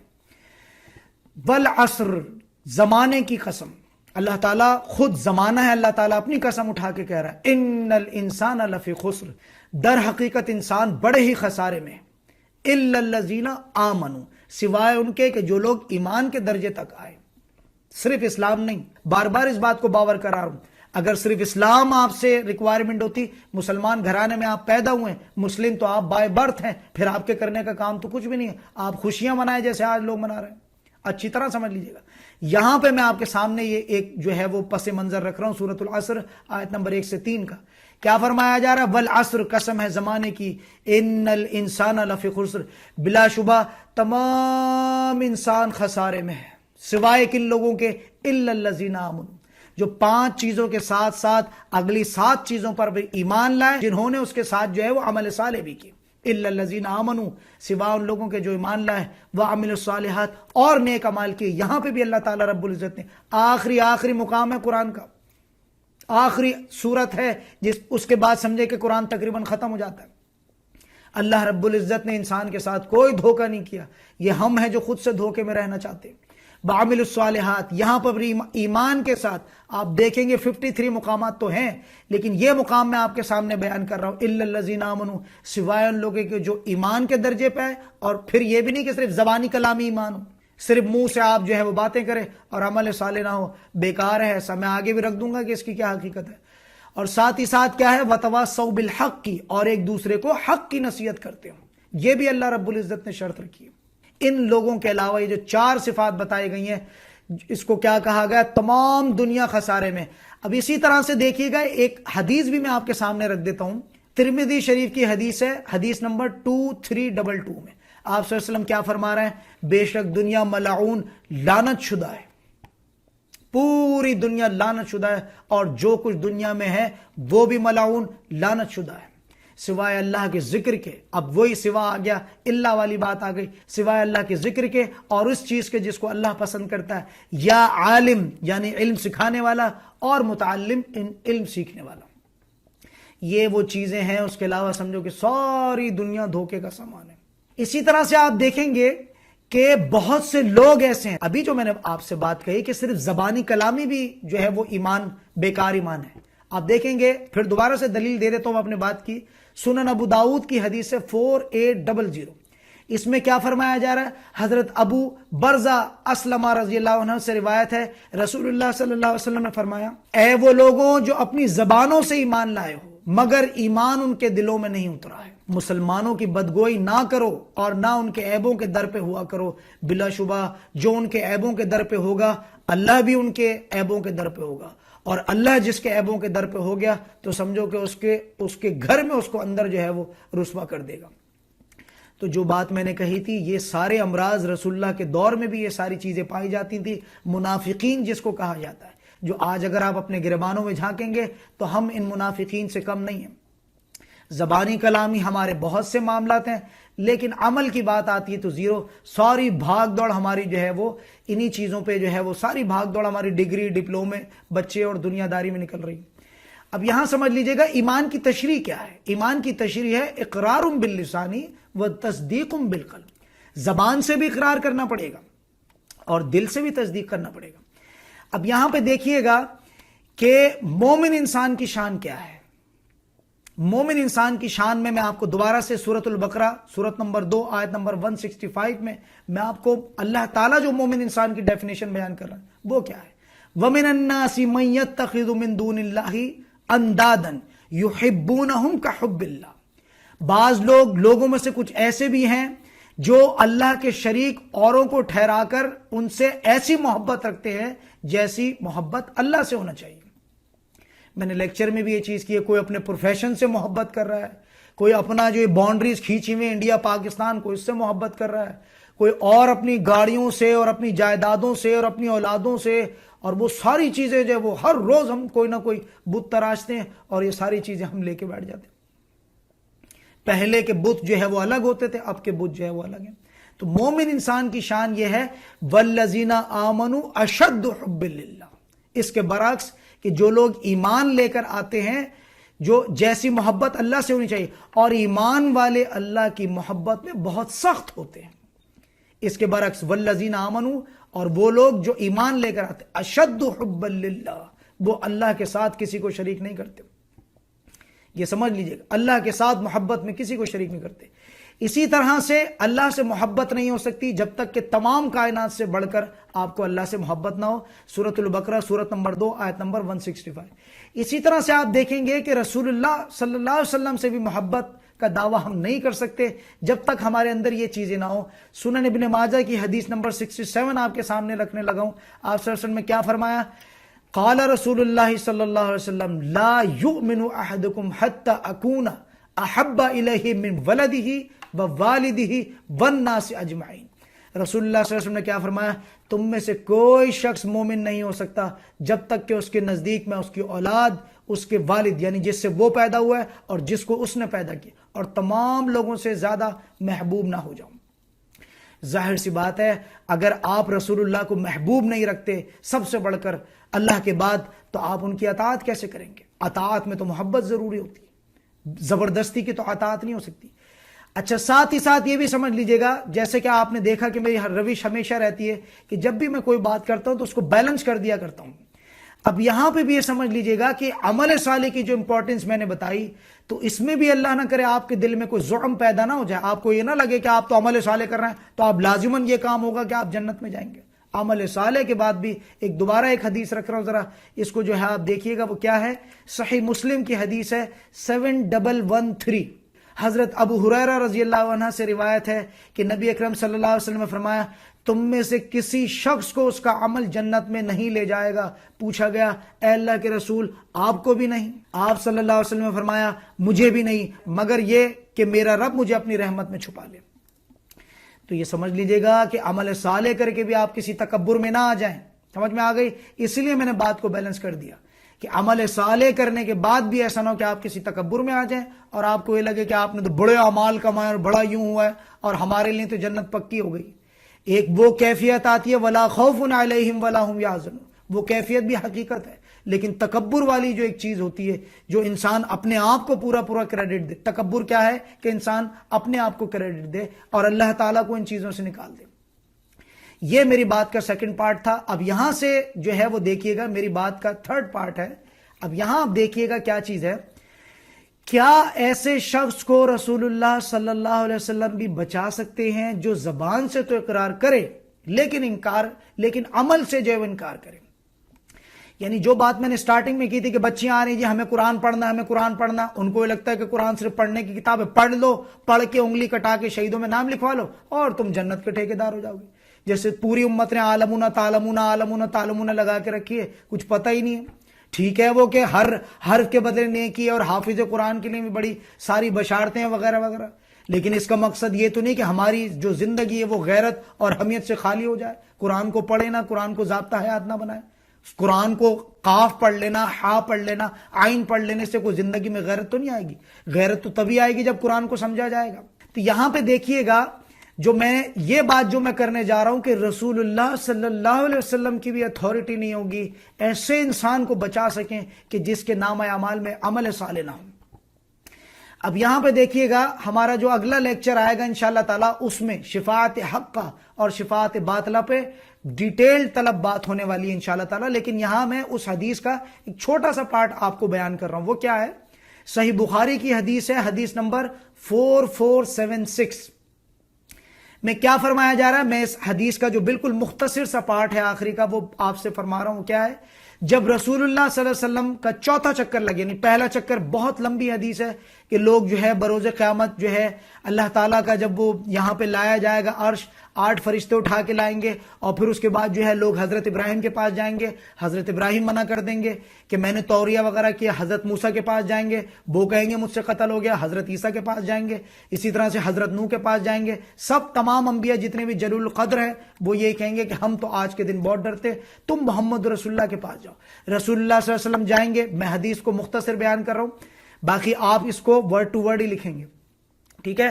تو اس میں پھر یہ ہے کہ آپ صلی اللہ علیہ وسلم جائیں گے، سجدہ کریں گے، اللہ تعالیٰ رب العزت کہے گا اے محمد صلی اللہ علیہ وسلم، ایک طویل سجدے کے بعد اللہ تعالیٰ رب العزت کہیں گے اے محمد صلی اللہ علیہ وسلم اپنا سر اٹھائیے اور مانگیے، کیا مانگتے ہیں؟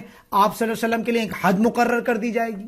اب یہ حد مقرر والا جو لفظ ہے یہ لوگ کھا جاتے ہیں اس میں میٹھے میٹھے حبب میں۔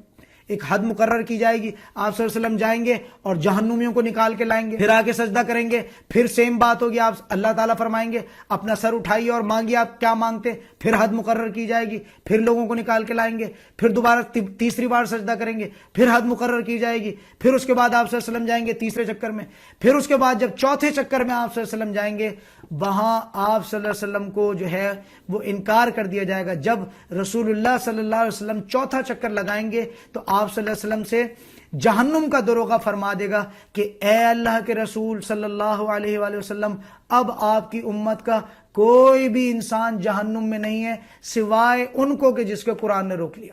تو یہ بات تھی جو میں نے آپ سے کہا تھا کہ جنہوں نے قرآن کو پڑھا نہیں، قرآن کو سمجھا نہیں، قرآن کے حساب سے زندگی نہیں گزاری، کیا رسول اللہ صلی اللہ علیہ وسلم ایسے لوگوں کو اپنی امت میں شمار کرتے ہیں؟ معاذ اللہ ثم معاذ اللہ۔ ایک فاسق ہے، ایک فاجر ہے، ایک کافر ہے، ایک سود پہ کاروبار کرنے والا ہے یا اور بے حیائی کے کام کرنے والا ہے، اب یہ جو بات میں نے کی امت کو اون کرنے والی، اس کے ضمن میں بھی ایک حدیث میں آپ کے سامنے رکھ دوں گا، وہ کیا ہے؟ صحیح بخاری کی حدیث نمبر 7280 میں آپ صلی اللہ علیہ وسلم نے کیا فرمایا؟ اون دیکھیں آپ صلی اللہ علیہ وسلم کن لوگوں کو اون کر رہے ہیں۔ رسول اللہ صلی اللہ علیہ وسلم نے فرمایا ساری امت جنت میں جائے گی سوائے ان کے جنہوں نے انکار کیا۔ صحابہ نے عرض کیا رضوان اللہ علیہم اجمعین، یا رسول اللہ انکار کون کرے گا؟ آپ صلی اللہ علیہ وسلم نے فرمایا جو میری اطاعت کرے گا وہ جنت میں داخل ہوگا، اور جو میری نافرمانی کرے گا اس نے انکار کیا۔ یعنی یہاں پر بھی آپ صلی اللہ علیہ وسلم نے جن لوگوں کو اون کیا وہ لوگ کون تھے کہ جو ان کی اطاعت کرنے والے تھے۔ اطاعت محبت بھی، اور اسی طرح سے جو فالو کرنے والی چیز ہوتی ہے۔ اس کے بعد پھر ایک دلیل لکھوا رہا ہوں، آپ اس کو لکھ لیجئے گا، جامع ترمذی کی حدیث نمبر 2678، محمد رسول اللہ کن لوگوں کو اون کرتے ہیں؟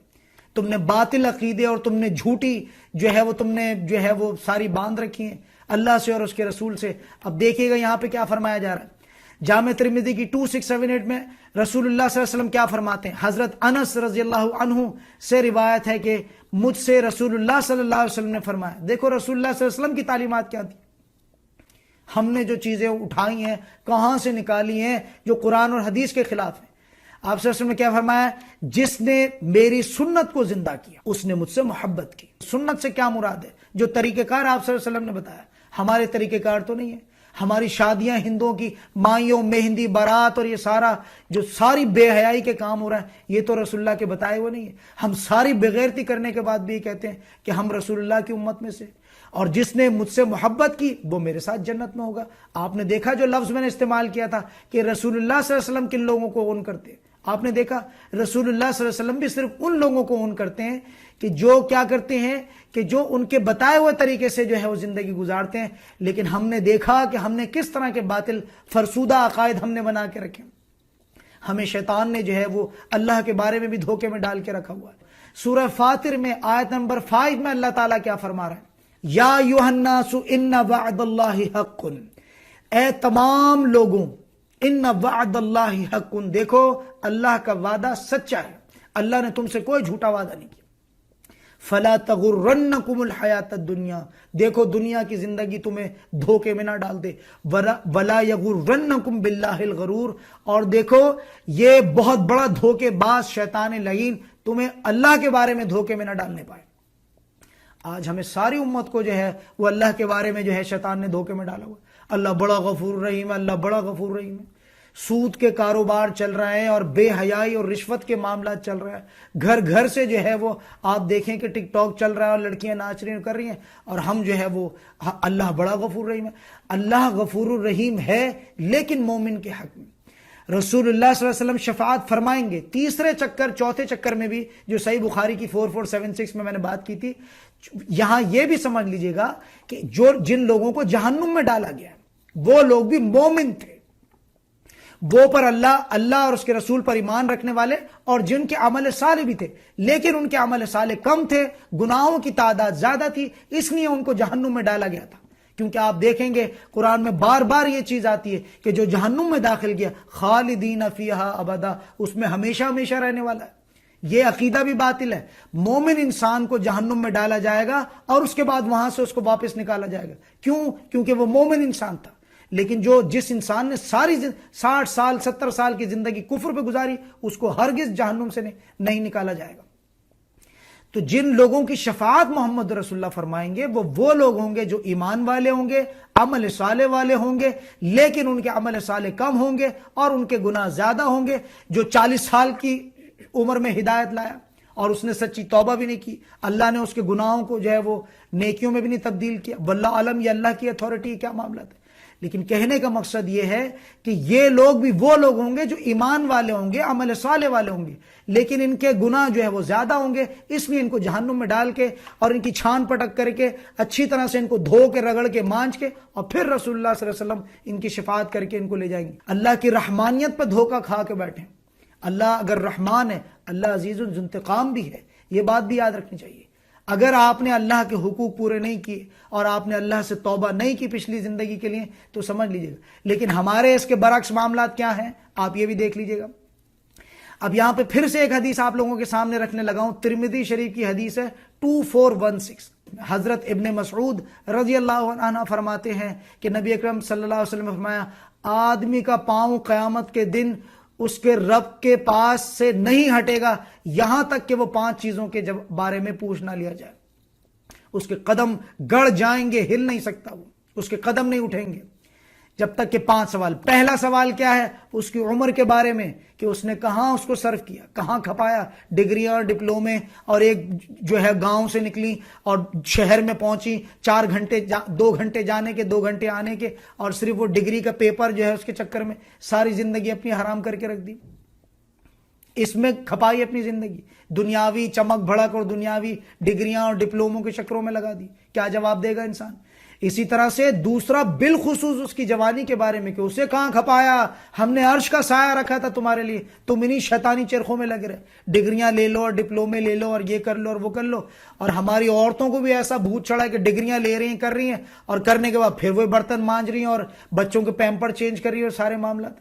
تمہاری ڈگریوں کا کیا فائدہ جب تم نے بالآخر بچے ہی پالنے تھے، کرنے تھے؟ یا تو نہ کرتی شادی آپ، یا تو آپ شادی نہ کرتی، کوئی بڑی کمپنی ڈالتی، کوئی بڑی مردوں والی زندگی میں ہاتھ ڈالا تھا تو پوری طرح سے ڈالنا تھا۔ لیکن ہماری جو ہے وہ عورتیں بھی بھاگ رہی ہیں، دوڑ رہی، نکل رہی ہیں۔ ایک وقت میں مرد اگر ایسا کرتا ہے تو سمجھ میں آتا ہے کہ اچھی کوئی جو ہے اس کی جاب وغیرہ لگ جائے، کہیں پہ جا کے کچھ اس کا بھی بنتا ہے حساب کتاب۔ مرد بھی ساری زندگی اپنی جو ہے وہ دنیا کا جو ہے وہ لڈو اونٹ بن کر نہیں گزار سکتا، مرد سے بھی اس بارے میں سوال ہوگا۔ تو دوسرا سوال بالخصوص اس کی جوانی کے بارے میں، جوانی میں ہے عرش کا سایہ، یہ سمجھ لیجئے گا۔ جب انسان اپنے ہی پسینے میں کھڑا ڈوب رہا ہوگا، تیسرے سور پہ جب اس کو اٹھایا جائے گا، اور وہی بات کہ جب وہ ہیئرنگز شروع نہیں ہو رہی ہوں گی اور انسان اپنے پسینے میں ڈوبا جا رہا ہوگا، وہاں اللہ کا عرش آئے گا اور سب سے پہلے ان لوگوں کو بلایا جائے گا جنہوں نے جوانی اپنی ان چیزوں میں لگائی۔ عرش کا سایہ ہے ایسے لوگوں کے لیے۔ تیسرا سوال اس کے مال کے بارے میں کہ اسے کہاں سے کمایا، سورس آف انکم کیا تھی، حرام سے کمایا، حلال سے کمایا۔ چوتھا سوال اس کے مال کے بارے میں، اسے کس چیز میں خرچ کیا، یہ بھی سوال کیا جائے گا۔ حرام سے ہی کما رہے تھے اور حرام میں ہی لگا رہے تھے، انا للہ و انا الیہ راجعون۔ پانچواں سوال جو کیا جائے گا اس کے علم کے سلسلے میں، اس پر کہاں تک عمل کیا۔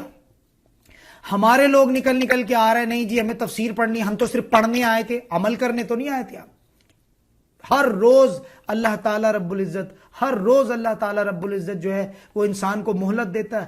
ہر روز انسان رات کو مرتا ہے، اللہم بسمک اموت و احیا، اے اللہ عز و جل میں تیرے نام پر مرتا ہوں، سوتا ہوں، اور تیرے نام پر جیتا ہوں، بیدار ہوتا ہوں۔ موت جو ہے وہ ایک نیند ہے، اور نیند کیا ہے؟ ایک موت ہے۔ اور پھر انسان دوبارہ مہلت دے کے دوبارہ زندہ کیا جاتا ہے، الحمدللہ الذی احیانی بعد ما اماتنی والیہ النشور، پھر دوبارہ زندہ ہوتا ہے انسان۔ ہر روز انسان کو جو ہے وہ مہلت مل رہی ہے، لیکن یہ کہ وہ اپنے کریئرز میں لگا اور وہ ساری چیزیں، تفسیر تو بعد میں پڑھ لینا، بعد میں دیکھ لینا، اللہ رسول کا اتنا بڑا کوئی مشکل نہیں ہے، تو تم 60 سال جیو گے۔ تو یہ سمجھ لیجئے گا کہ 60 سال کی بھی کوئی گارنٹی نہیں ہے، ہر روز انسان مرتا ہے رات کو، اور ہر روز انسان جو ہے وہ دوبارہ جلایا جاتا ہے، صبح انسان جو ہے وہ دوبارہ اٹھتا ہے۔ اب یہاں سے میری بات کا جو آخری اور چوتھا پہلو میری بات کا جو شروع ہو رہا ہے وہ کیا ہے؟ ہماری زندگی کا مقصد کیا ہے، ذرا یہ سمجھ لیجئے گا۔ کیا ہمیں صرف یہاں دنیا میں ڈگری، ڈپلومے، بچے وغیرہ اور ان چیزوں کے لیے بھیجا گیا ہے؟ صرف یہ مقصد ہماری عورت نے مقصد یہ سمجھا ہے کہ جلدی جلدی اپنی ڈگریاں کمپلیٹ کر کے شادی کر لے، اور شادی کے فوراً بعد جو ہے وہ بچے پیدا کر لے، اور پھر اس کے بعد بچوں کے پیمپر اور چاکریوں میں بس اتنی زندگی رہ گئی۔ انا للہ و انا الیہ راجعون۔ اس کے ضمن میں پھر میں جو بات کر رہا ہوں قرآن اور حدیث سے کر رہا ہوں۔ آج سورۃ المنافقون کی آیت نمبر 9 میں اللہ تعالیٰ کیا فرما رہے ہیں؟ دیکھو یہ باتیں بھی کڑوی نہیں لگنی چاہیے، یہ باتیں میں اپنی طرف سے نہیں کہہ رہا ہوں، یہ باتیں میں آپ کو اللہ اور اس کے رسول کا پیغام سنا رہا ہوں۔ یا ایھا الذین آمنوا لا تلھکم اموالکم ولا اولادکم عن ذکر اللہ، اے ایمان کے دعوے دارو، تمہارے مال اور تمہاری اولاد تمہیں اللہ کی یاد سے غافل نہ کر دے۔ وَمَن يَفْعَلْ ذَلِكَ فَأُولَٰئِكَ هُمُ الْخَاسِرُونَ، اور دیکھو جو در حقیقت تم میں سے اس طرح سے کرے، در حقیقت وہی ہے جو خسارہ پانے والے ہیں۔ وَمَن يَفْعَلْ ذَلِكَ، اور جو ایسا کرے، فَأُولَٰئِكَ هُمُ الْخَاسِرُونَ، در حقیقت یہی تو ہے وہ لوگ کہ جو خسارہ اٹھانے والے ہیں۔ اولئک لفظ کا جو ترجمہ ہے میں بہت پہلے آپ کو لیکچر 1 میں ہی سمجھا چکا ہوں، سورۃ البقرہ کا جو پہلا لیکچر ہے، اولئک لفظ در حقیقت یہ ہیں وہ لوگ، یہ بنتا ہے اس کا ترجمہ۔ اسی طرح سے آپ دیکھیں کہ ہم آج کل کے چکر میں جو ہے وہ اپنی قبر سے اور اللہ سے ملاقات کے جو ہے وہ نزدیک پہنچتے جا رہے ہیں۔ سورۃ الانشقاق کی آیت نمبر 6 میں اللہ تعالیٰ کیا شکوہ کرتے ہیں؟ یا ایھا الانسان انک کادح الی ربک کدحا فملاقیہ، اے انسان بے شک تو چلا جا رہا ہے اپنے رب کی طرف کشاں کشاں، بالآخر تجھے اس کے حضور پیش ہونا ہے۔ تیسرے سور پر جب تجھے کھڑا کیا جائے گا، ابھی جیسے پیچھے ہم نے حدیث پڑھی، قبر میں بھی سوالات ہوں گے، اور یہ کہ تیسرے سور میں بھی جب جو ہے وہ سوالات ہوں گے، یہاں تک آپ صلی اللہ علیہ وسلم نے فرمایا۔ پھر سے دوبارہ ایک حدیث لکھوا رہا ہوں، ابو داؤد، سنن ابو داؤد کی حدیث نمبر 2502 میں آپ صلی اللہ علیہ وسلم نے کیا فرمایا؟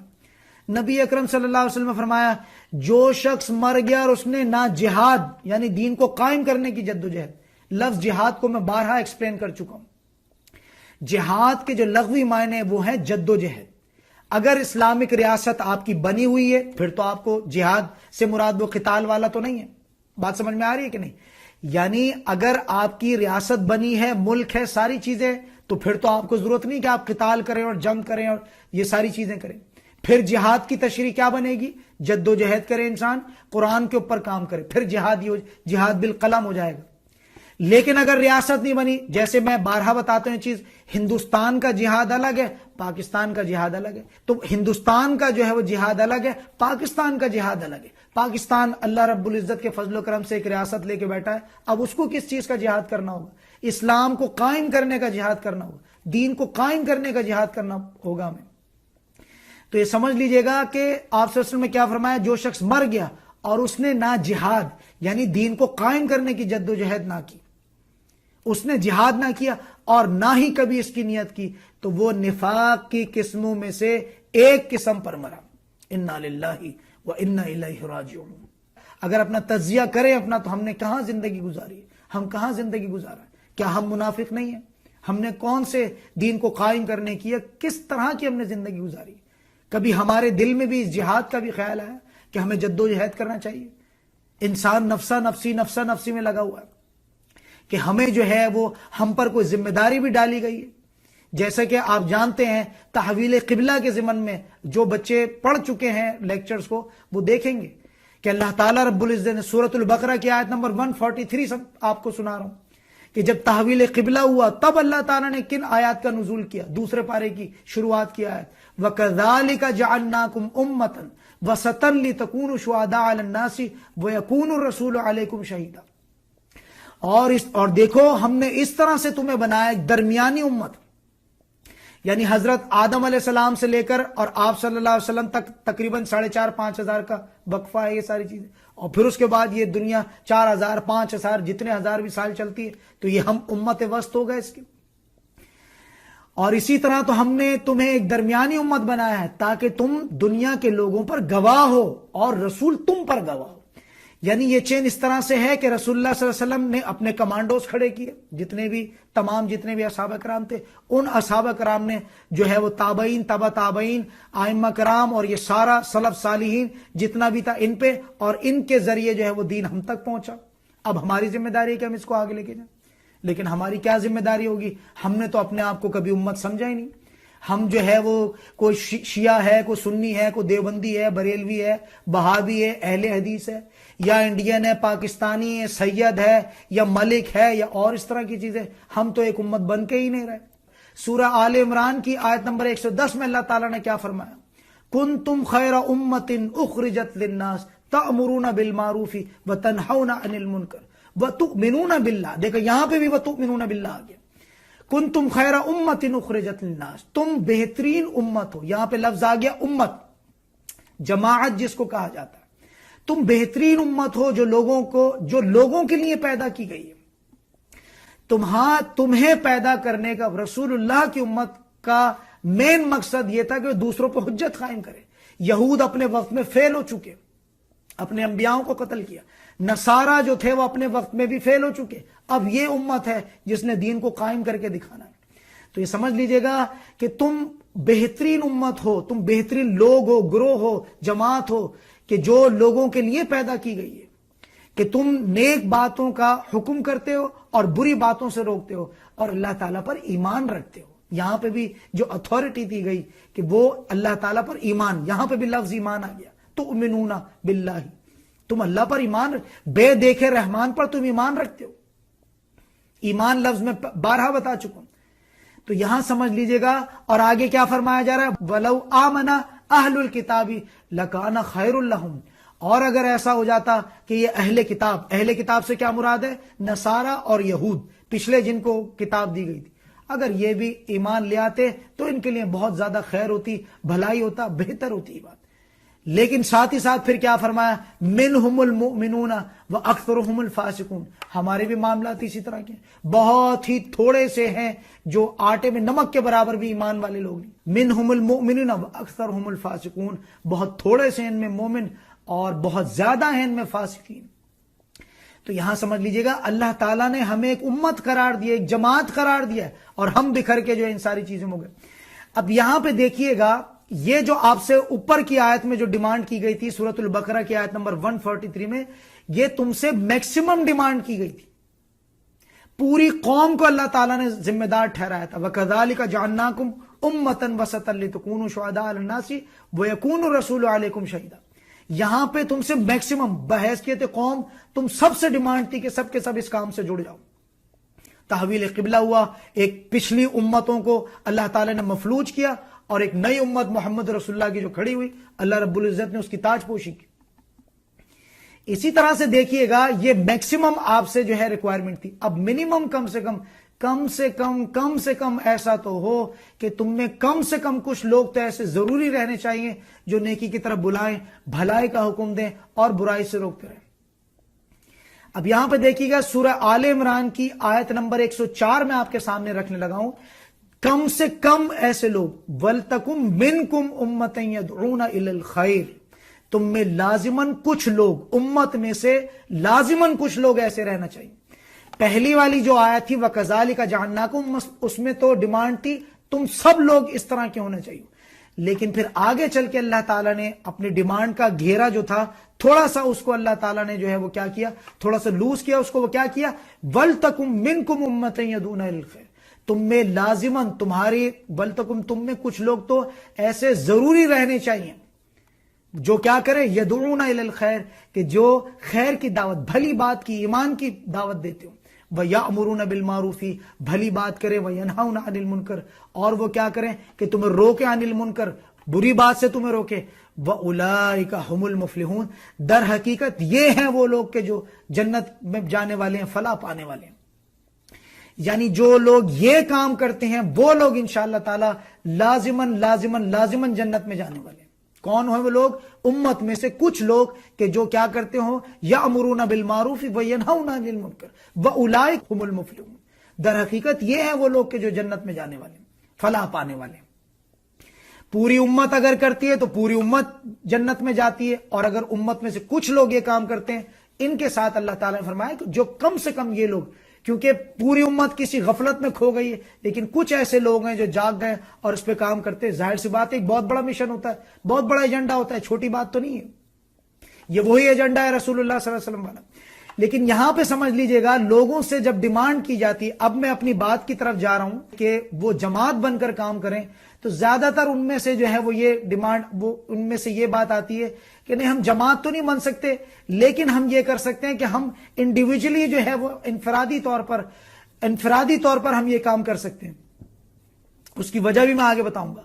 تو آپ سب سے پہلے تو یہ سمجھ لیجئے گا کہ اگر آپ انفرادی طور پہ کرتے ہیں، مثال کے طور پر کسی ماں کا تعلیم، تزکیہ، تربیت ہو گئی، اب وہ کہہ رہی نہیں میں جماعت کا حصہ تو نہیں بنوں گی، لیکن میں اپنے گھر میں بچوں کو سکھا رہی ہوں، پڑھا رہی ہوں، اور یہ سارے کلمے سکھا رہی ہوں، اور پورا سلام سکھا دیا، یہ ساری چیز ہو گئی، ٹھیک ہو گیا، ویل اینڈ گڈ، آپ نے یہ بھی اچھا کام کیا۔ آپ نے سورہ تحریم میں اللہ تعالیٰ رب العزت نے آیت نمبر 6 میں آپ کو یہ حکم دیا تھا، یا ایھا الذین آمنوا قوا انفسکم واہلکم نارا، آپ نے اس آیت کا جو ہے وہ، اس آیت کو آپ نے مانا، بہت اچھا کیا، یا ایھا الذین آمنوا قوا انفسکم واہلکم نارا، پہلے آپ نے اپنے آپ کو بچایا، آپ مثال کے طور پر کسی جماعت سے جڑے، اور پھر میں آگے چل کے بھی بتاؤں گا یہ بار بار جماعت اور جماعت بننا کیوں ضروری ہے۔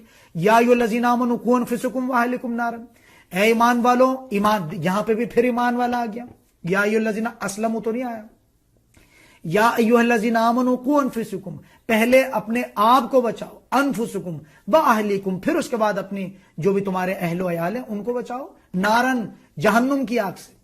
اب یہاں پہ میں بتا رہا تھا کہ لوگ اس پر تو آمادہ ہو جاتے ہیں کہ خود کو بھی بچا لیں گے، اپنے اہل و عیال کو بھی بچا لیں گے، لیکن یہ جو ڈیمانڈ ہم سے کی جا رہی، جماعت بنو اور جماعت کے ٹیمپو کے ساتھ چلو اور ایسے لوگوں کے لیے یہ سارے کام کرو، یہ لوگوں کو کھل جاتے ہیں۔ ہم کسی کے باپ کے نوکر تو نہیں ہیں، ہم کیوں لوگوں کے لیے بھاگے اور دوڑے اور اپنی زندگیوں کو لوگوں کے لیے کھپائیں؟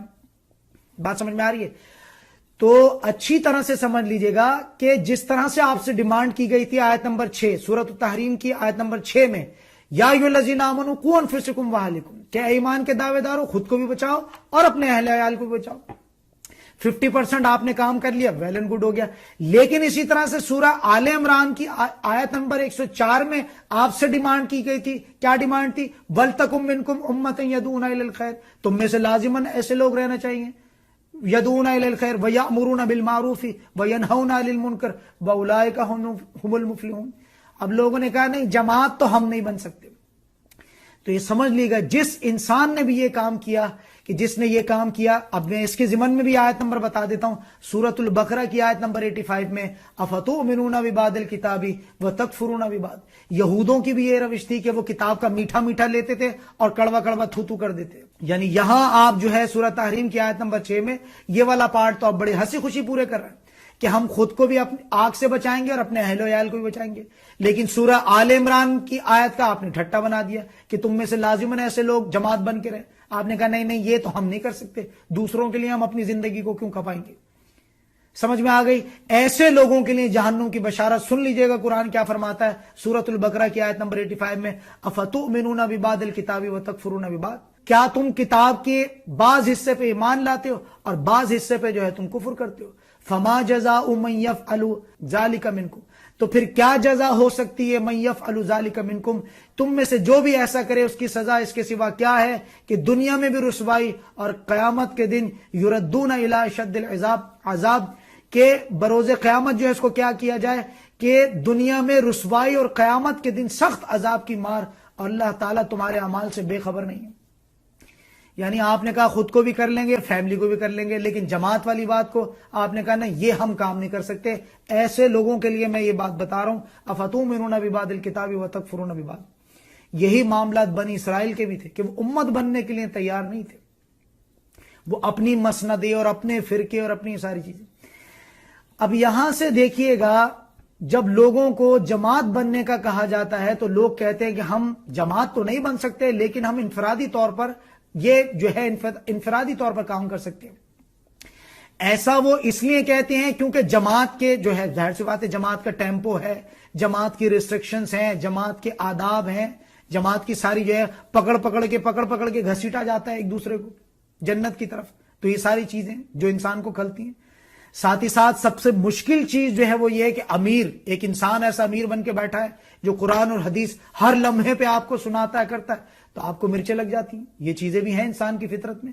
رسول اللہ صلی اللہ علیہ وسلم کو تو ہم اس لیے ان کی اطاعت کر لیتے ہیں، دل ٹھک جاتا ہے کیونکہ وہ ایک انسٹیٹیوشن ہے، دین ہے ہی نہیں ان کے بنا، لیکن یہ امیر کی اطاعت کیوں کرے؟ یہ تو ہمارے جیسے انسان ہے۔ جیسے اسی اطاعت کو اگر تعویل خاص میں لیا جائے تو ابو لہب نے، ابو جہل نے کیوں نہیں مانی؟ یہ تو ہمارا بھتیجا ہے، یہ تو ہمارے سامنے پیدا ہوا، یہ جو ڈیمانڈ کر رہا ہے ہم بھتیجے کی اتباع کریں، یہ تو نہیں ہو سکتا۔ ہمارے سامنے پیدا ہوا، محمد رسول اللہ کے بارے میں یہ باتیں کیا کرتے تھے کہ ہمارے سامنے پلا بڑا ہوا، پیدا ہوا، ایک نیا دین ہمارے سامنے لے کر بات کر رہا ہے اور ہم سے ڈیمانڈ کر رہا ہے ہم اس کی اتباع کریں۔ ہم عمر میں بڑے ہیں، ہم اس سے زیادہ جانتے ہیں، ہمارے زیادہ صدقات ہیں، اور یہ ساری چیزیں۔ ابو لہب اور ابی جہل کے بارے میں بات کروں تو یہاں پہ سمجھ لیجئے گا، ایسے لوگوں کو میں دعوے کے ساتھ کہتا ہوں کہ جو جماعتی زندگی کو نہیں سمجھ پایا، اچھی طرح سے سمجھ لیجئے گا، جو جماعتی زندگی کو نہیں سمجھ پایا وہ ایمان کو بھی نہیں سمجھ سکتا۔ ایمان سے مراد سمجھ میں آ گئی؟ پہلے جو اسلام اور ایمان کی جو بات کی تھی، وہ انسان ایمان کو بھی نہیں سمجھ سکتا، کیونکہ مستقل ایمان کی حالت میں رہنے کے لیے کچھ لوگ، یعنی مستقل ایمان کی حالت میں رہنا ہے، جیسے دنیا چمکیلی بھڑکیلی ہمیں کھینچے گی، اسی طرح سے ایمان کے لوگوں کو بھی کھینچنا پڑے گا۔ اگر آپ کو آپ کے حال پہ چھوڑ دیا جائے تو آپ زیادہ ٹائم تو اس ایمان کی حالت میں نہیں رہ سکتے. تو یہ سمجھ لیجئے گا کہ جو انسان، ایسے لوگوں کو میں دعوے سے کہتا ہوں کہ جو جماعتی زندگی کو نہیں سمجھ پایا، جو بھی انسان جماعتی زندگی کو نہیں سمجھ پایا، وہ ایمان کو بھی نہیں سمجھ سکتا. کیونکہ مستقل ایمان کی حالت میں رہنے کے لیے کچھ لوگ ہماری زندگیوں میں ہمیشہ ایسے رہنا چاہیے جو آپ کو پکڑ پکڑ کر اللہ کی جانب کھینچے.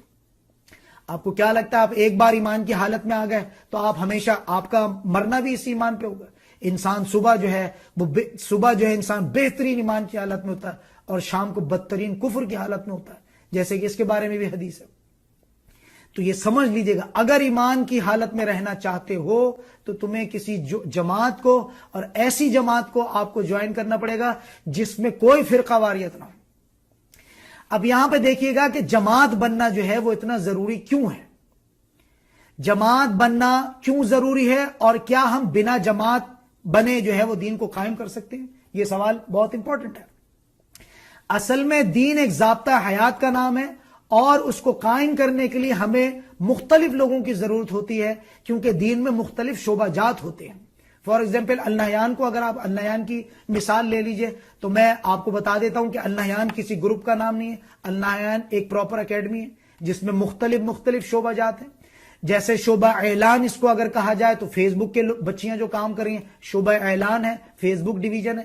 اسی طرح سے شعبہ تبلیغ ہے، انٹرویو کا ڈویژن ہے، آپ کو تبلیغ کر کے بات سمجھا کے آپ کو لے کر آتے ہیں. اسی طرح سے انسٹرکشن ہے، شعبہ ہدایت نصاب ہے، وہ جو بھی نصاب ہے آپ کا وہ سمجھاتے ہیں. اب یہ سارا کام تو ایک بندہ نہیں کر سکتا، مختلف ڈویژنز ہیں، ہر ڈویژن کے اندر مختلف لوگ ہیں. 1 2 4 5 10 لوگ تو اس کام کو نہیں کر سکتے، کیونکہ پراپر ضابطہ حیات ہے. اسی طرح سے شعبہ تحقیق ہے، انسپیکشن کا کام، جو بھی نوٹس آپ وغیرہ بناتے ہیں ان چیزوں کو انسپیکٹ کیا جائے. کچھ بھی لکھے جا رہے ہو کیے جا رہے ہو، یہ کام تو نہیں ہو سکتا. یہ سارے ڈویژنز النہیان میں موجود ہے. اسی طرح سے شعبہ تنظیم ہے، ماڈریٹرز ہیں، جو نظام سنبھالتے ہیں تمام ٹیمپریری گروپس کا. اسی طرح سے شعبہ تنفیذ ہے، سب کوآرڈینیٹرز ہیں، سارا جتنا بھی نفاذ ہوتا ہے، جو بھی سسٹم کا نفاذ ہوتا ہے وہ یہ کرتے ہیں، جو بھی ان کو آرڈرز دیے جاتے ہیں یہ کرتے ہیں. اسی طرح سے شعبہ تحدیث ہے، ہزاروں احادیث کے ڈیزائنز ہیں، یہ میرے انڈر میں آتا ہے. سمجھ میں آ گئی؟ تو احادیث سے متعلق جو بھی تحدیث کے معاملات ہوتے ہیں وہ سارے ہوتے ہیں. اسی طرح سے شعبہ تفسیر ہے، یہ بھی میرے انڈر ہے. تفسیر کے معاملات آپ دیکھتے ہیں کہ کتنے زیادہ لیندی ہوتے ہیں، ریسرچز ہوتی ہیں، 4-5 تفاسیر کو ملا کے اٹھایا جاتا ہے، پھر اس میں سائنٹیفک پہلو وہ ساری چیزیں. کوئی بھی لیکچر اس طرح سے تو تیار نہیں ہو جاتا. اسی طرح سے شعبہ نشر ہے، ڈیزائننگ وغیرہ ہے. اسی طرح سے جو ہے وہ شعبہ تجوید ہے. جیسے آپ جانتے ہیں کہ النہیان میں تجوید بھی ہے، لیکن صرف ان بچیوں کے لیے ہے کہ جو جماعت کا حصہ بنتے ہیں، کلاس روم بنتے ہیں. ساتھ ہی ساتھ یہ بھی سمجھ لیجیے گا کہ النہیان کسی گروپ کا نام نہیں ہے، بلکہ ایک پراپر اکیڈمی ہے، انسٹیٹیوشن ہے، ایک ادارہ ہے جہاں اسٹوڈنٹ کو صرف تعلیم ہی نہیں دی جاتی بلکہ اس سے جو ہے وہ دین پر امپلیمنٹ بھی کروایا جاتا ہے.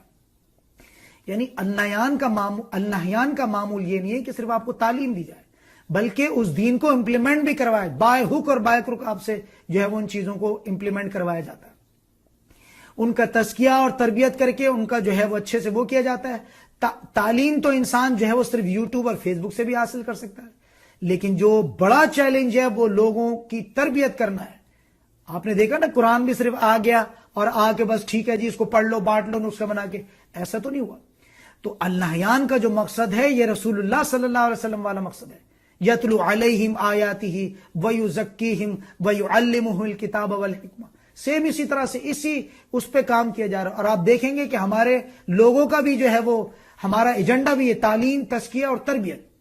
تعلیم دی جاتی ہے آپ کو یہاں اکیڈمی میں جب آپ رہتے ہیں، پھر اس کے بعد آپ کا تزکیہ ہوتا ہے، لیکچرز کو آپ سنتے ہیں، ہدایات جو احادیث کے جو بھی آپ سے ڈیزائنز وغیرہ ہوتے ہیں ٹاسک کروایا جاتا ہے، اور پھر آپ کی بہترین تربیت کی جاتی ہے، پھر آپ کو داعیہ بنایا جاتا ہے، پھر آپ سے آگے کام کو لے جایا جاتا ہے. یہ سارے کام جتنے بھی ہیں، تو یہ دعوت کا جتنا بھی کام ہے 1-2 انسان تو نہیں کر سکتے.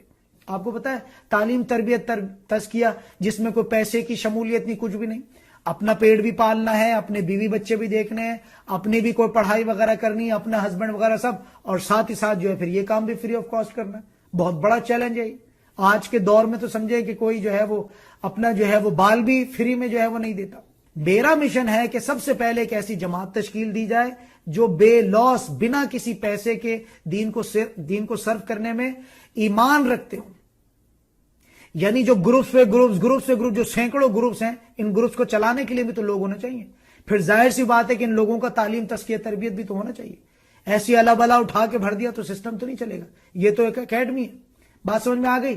تو سمجھ لیجئے گا کہ سرو کرنے کا ایمان رکھتے ہوں اور اس ادارے کو مستحکم بنانے پر کاربند ہوں، تاکہ آگے آنے والوں کو جو ہے وہ فری میں سرو کیا جا سکے.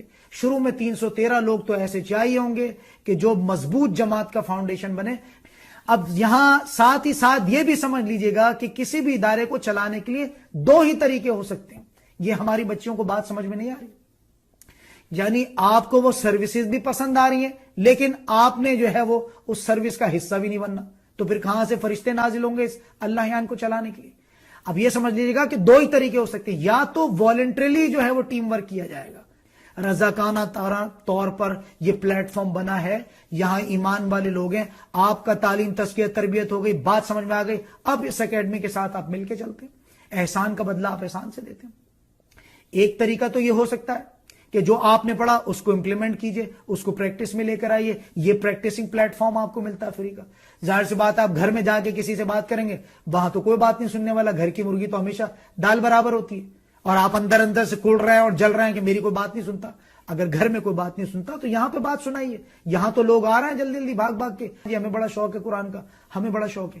تو سمجھ لیجئے گا کسی بھی ادارے کو چلانے کے لیے 2 ہی طریقے کار ہو سکتے ہیں. یا تو والنٹریلی ٹیم ورک کیا جائے، رضاکانہ طور پر سب لوگ کھڑے ہو جائیں اور وہ کہیں جی ہم بھی اس کام میں جو ہے وہ کام کرنے کے لیے تیار ہیں.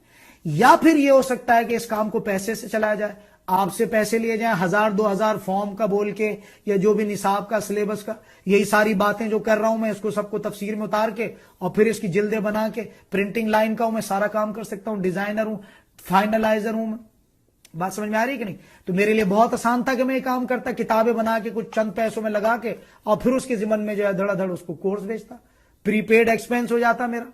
یعنی پہلے آپ کو سلیبس دیا جاتا، ہزاروں روپے کا آپ سلیبس خرید لیتے، اور اس کے بعد پڑھتے نہ پڑھتے، نہیں پڑھتے بھاڑ میں جاؤ، نکل کے بھاگ جاتے. ہمیں تو خسارہ نہیں تھا، ہماری تو کتابیں بک ہی چکی ہے نا. تو یہ سمجھ لیجئے گا یا تو پیسے سے اس ادارے کو چلایا جا سکتا ہے، آپ سے پیسے لیے جائیں، اور پھر یہ کہ جو بچیاں آگے جو رکھی جائیں، ہائیلی کوالیفائڈ بچیاں جو بالکل تیار شدہ ملے، اور ان کو پھر ان چیزوں میں ڈالا جائے. تو یہ سمجھ لیجئے گا پیسے پہ میں ہرگز اس ادارے کی بنیاد نہیں رکھنا چاہتا، کیونکہ پیسے سے جو ہے انسٹیٹیوشن میں کرپشن پیدا ہوتی ہے، اور یہ ہمارے ایجنڈے کے سخت خلاف ہے. آپ دیکھیں گے کہ 2 چیزیں جو ہیں وہ صرف اللہ کا خاصہ رہنے والی ہیں. نمبر 1 ایجوکیشن سسٹم میں پیسے کا ہرگز انوالومنٹ جو ہے وہ اللہ میں انشاءاللہ تعالی قیامت تا قیام جو ہے وہ نہیں ہو سکتا. اسی طرح سے دوسری چیز آپ دیکھیں گے، فرقہ واریت جیسی نجاست اور وبا جو ہے وہ انشاءاللہ تعالی کبھی آپ کو اللہ میں نہیں دکھے گی. ہمارا بھرپور اس پہ کام ہے، اور ہم سمجھ لیجئے کہ میری زندگی کا مقصد، ہماری بچیوں کا مقصد، اس جماعت کا مقصد، ان بچیوں کی زندگی کا مقصد یہ ہے کہ ہم لوگوں کو ایمان اور اسلام ہم لوگوں کو سکھا سکیں، نہ کہ ہم اپنے اپنے فرقوں کے لے کے بیٹھ جائیں، دوسرے فرقوں کو گالیاں دیں، کفر کا فتویٰ لگائیں، اور یہ ہے کہ جو ہم وہ کیا کریں. تو یہ ہماری اکیڈمی کا پکا ٹھکا ایک ایجنڈا ہے انشاءاللہ تعالی. یہ 2 چیزیں کبھی نہیں ہونے والی. ایک ایجوکیشن سسٹم میں پیسے کی انوالومنٹ، ہرگز یہ کام کبھی نہیں ہوگا کہ آپ کو 1 روپیہ بھی دینا پڑے. اسی طرح سے فرقہ واریت کے سسٹم، یہ کام بھی کبھی بھی انشاءاللہ تعالی عز و جل کیسی مشکل کیوں نہ ٹوٹ پڑے پرسنلی بھی ہمارے اوپر، لیکن یہ کام ہم نہیں کرنے والے. ہمارے پاس جو ہے وہ بے شمار اسٹوڈنٹ آ رہے ہیں کہ جی ہمیں جو ہے وہ صرف قرآن کو پڑھنا ہے، ٹیم ورک نہیں کرنا. اب میں بارہا اس بات کو سمجھا چکا ہوں کہ اگر آپ قرآن کو صرف پڑھنے والی کتاب سمجھ کر اللہ کی طرف آ رہے ہیں تو یہ آپ کا کانسیپٹ بالکل غلط ہے. قرآن کو جب آپ پڑھتے ہیں، قرآن ایک ضابطہ حیات ہے. قرآن کوئی شاعری کی کتاب نہیں کہ آپ نے اس کو پڑھ لیا اور پڑھنے کے بعد آپ نے تکیے کے نیچے رکھ دیا. قرآن ایک غلبے کی کتاب ہے، ایک جماعت کی تشکیل دیتی ہے. تعویل خاص میں جیسے رسول اللہ صلی اللہ علیہ وسلم نے کر کے دکھایا، ساری چیزیں ایسی تعویل عام میں بھی رونما ہونے شروع ہو جائیں گی. یہ کانسیپٹ پیسے سے تو پھر بھی سمجھ لیں کہ ایک طرح سے صحیح قرار دیا جا سکتا ہے اگر آپ سے پیسے لے جائیں وہ، لیکن پھر اس چیز کے پیچھے کوئی ایجنڈا نہیں ہے. جہاں پیسہ آ گیا وہاں تو سارا ایجنڈا پیسے بن جاتا ہے. کیونکہ جو بچیاں آپ کے پیچھے بھاگ رہی ہیں وہ بچیاں بھی کوئی سیلری پہ تو نہیں ہیں. تو آپ دیکھیں گے کہ اس طرح سے کچھ بچیاں جو ہیں وہ ساری عمر اسٹوڈنٹ بن کے گزارتی رہیں گی، اکیڈمی میں آ رہی ہیں اور آہستہ آہستہ کر کے ساری زندگی ان کا سفر میں گزر گیا. ٹیمپرری 1 2 3 4 5 10 11 12 14 50 چلو جی چلی جا رہی ہے. وہ ساری زندگی وہ جو ہے ہاتھ پہ ہاتھ رکھ کے بیٹھی ہیں, ٹانگ پہ ٹانگ رکھ کے, اور وہ دسترخوان بچتا ہے اور ان کو سرو کیا جاتا ہے. کچھ بچیاں جو ہے وہ ہمیشہ کھاتی رہیں گی اور کچھ بچیاں جو ہمیشہ دسترخوان اٹھاتی رہیں گی. یہ تو بیڑا غرق ہو جائے گا اس کام کا. کتنا ٹکیں گی وہ بچیاں بھی. ان کی زندگیوں میں بھی اونچ نیچ آتا ہے. کوئی جو ہے اس طرح کی چیزیں ہوتی ہیں. کوئی کنواری بچی ہے, اس کی شادی ہو جاتی ہے, اس کی زندگی بدل جاتی ہے. کوئی شادی شدہ عورت ہے, اس کی کوئی بچہ ہو جاتا ہے, اس کی زندگی بدل جاتی ہے. اگر مسلسل یہ کام انہی کے کندھوں پر رہے گا تو یہ ایک بہت بڑا بوجھ بن جائے گا. لہٰذا آپ کو بھی اس کام میں جو ہے فی سبیل اللہ آپ کو بھی اس کام میں جو ہے وہ آنا پڑے گا, اور اس کام کا جو بھی بوجھ ہے, جو بھی وزن ہے, اس کو برابر آپ نے جو ہے وہ بانٹنا پڑے گا. اب اس کے ضمن میں ایک آخری حدیث جو ہے مجھ سے سن لیجئے گا. وہ کیا ہے؟ حدیث ہے مشکات المصابیح کی حدیث نمبر 237. رسول اللہ صلی اللہ علیہ وسلم نے فرمایا, جس شخص کی موت اس حال میں آئے کہ وہ علم حاصل کر رہا ہو, اور وہ علم اس غرض سے حاصل کر رہا ہو کہ وہ اس کے ذریعے اسلام کو رائج کرے گا, تو جنت میں اس کے اور انبیاء کرام رضوان اللہ علیہم اجمعین کے درمیان صرف ایک درجے کا فرق ہوگا, اور وہ مرتبہ نبوت کا ہے. اقول قولی ھذا واستغفر اللہ لی ولکم ولسائر المسلمین والمسلمات. بارک اللہ لی ولکم فی القرآن العظیم ونفعنی وإیاکم بالآیات والذکر الحکیم. سبحانک اللہم وبحمدک اشہد ان لا الہ الا انت استغفرک واتوب الیک.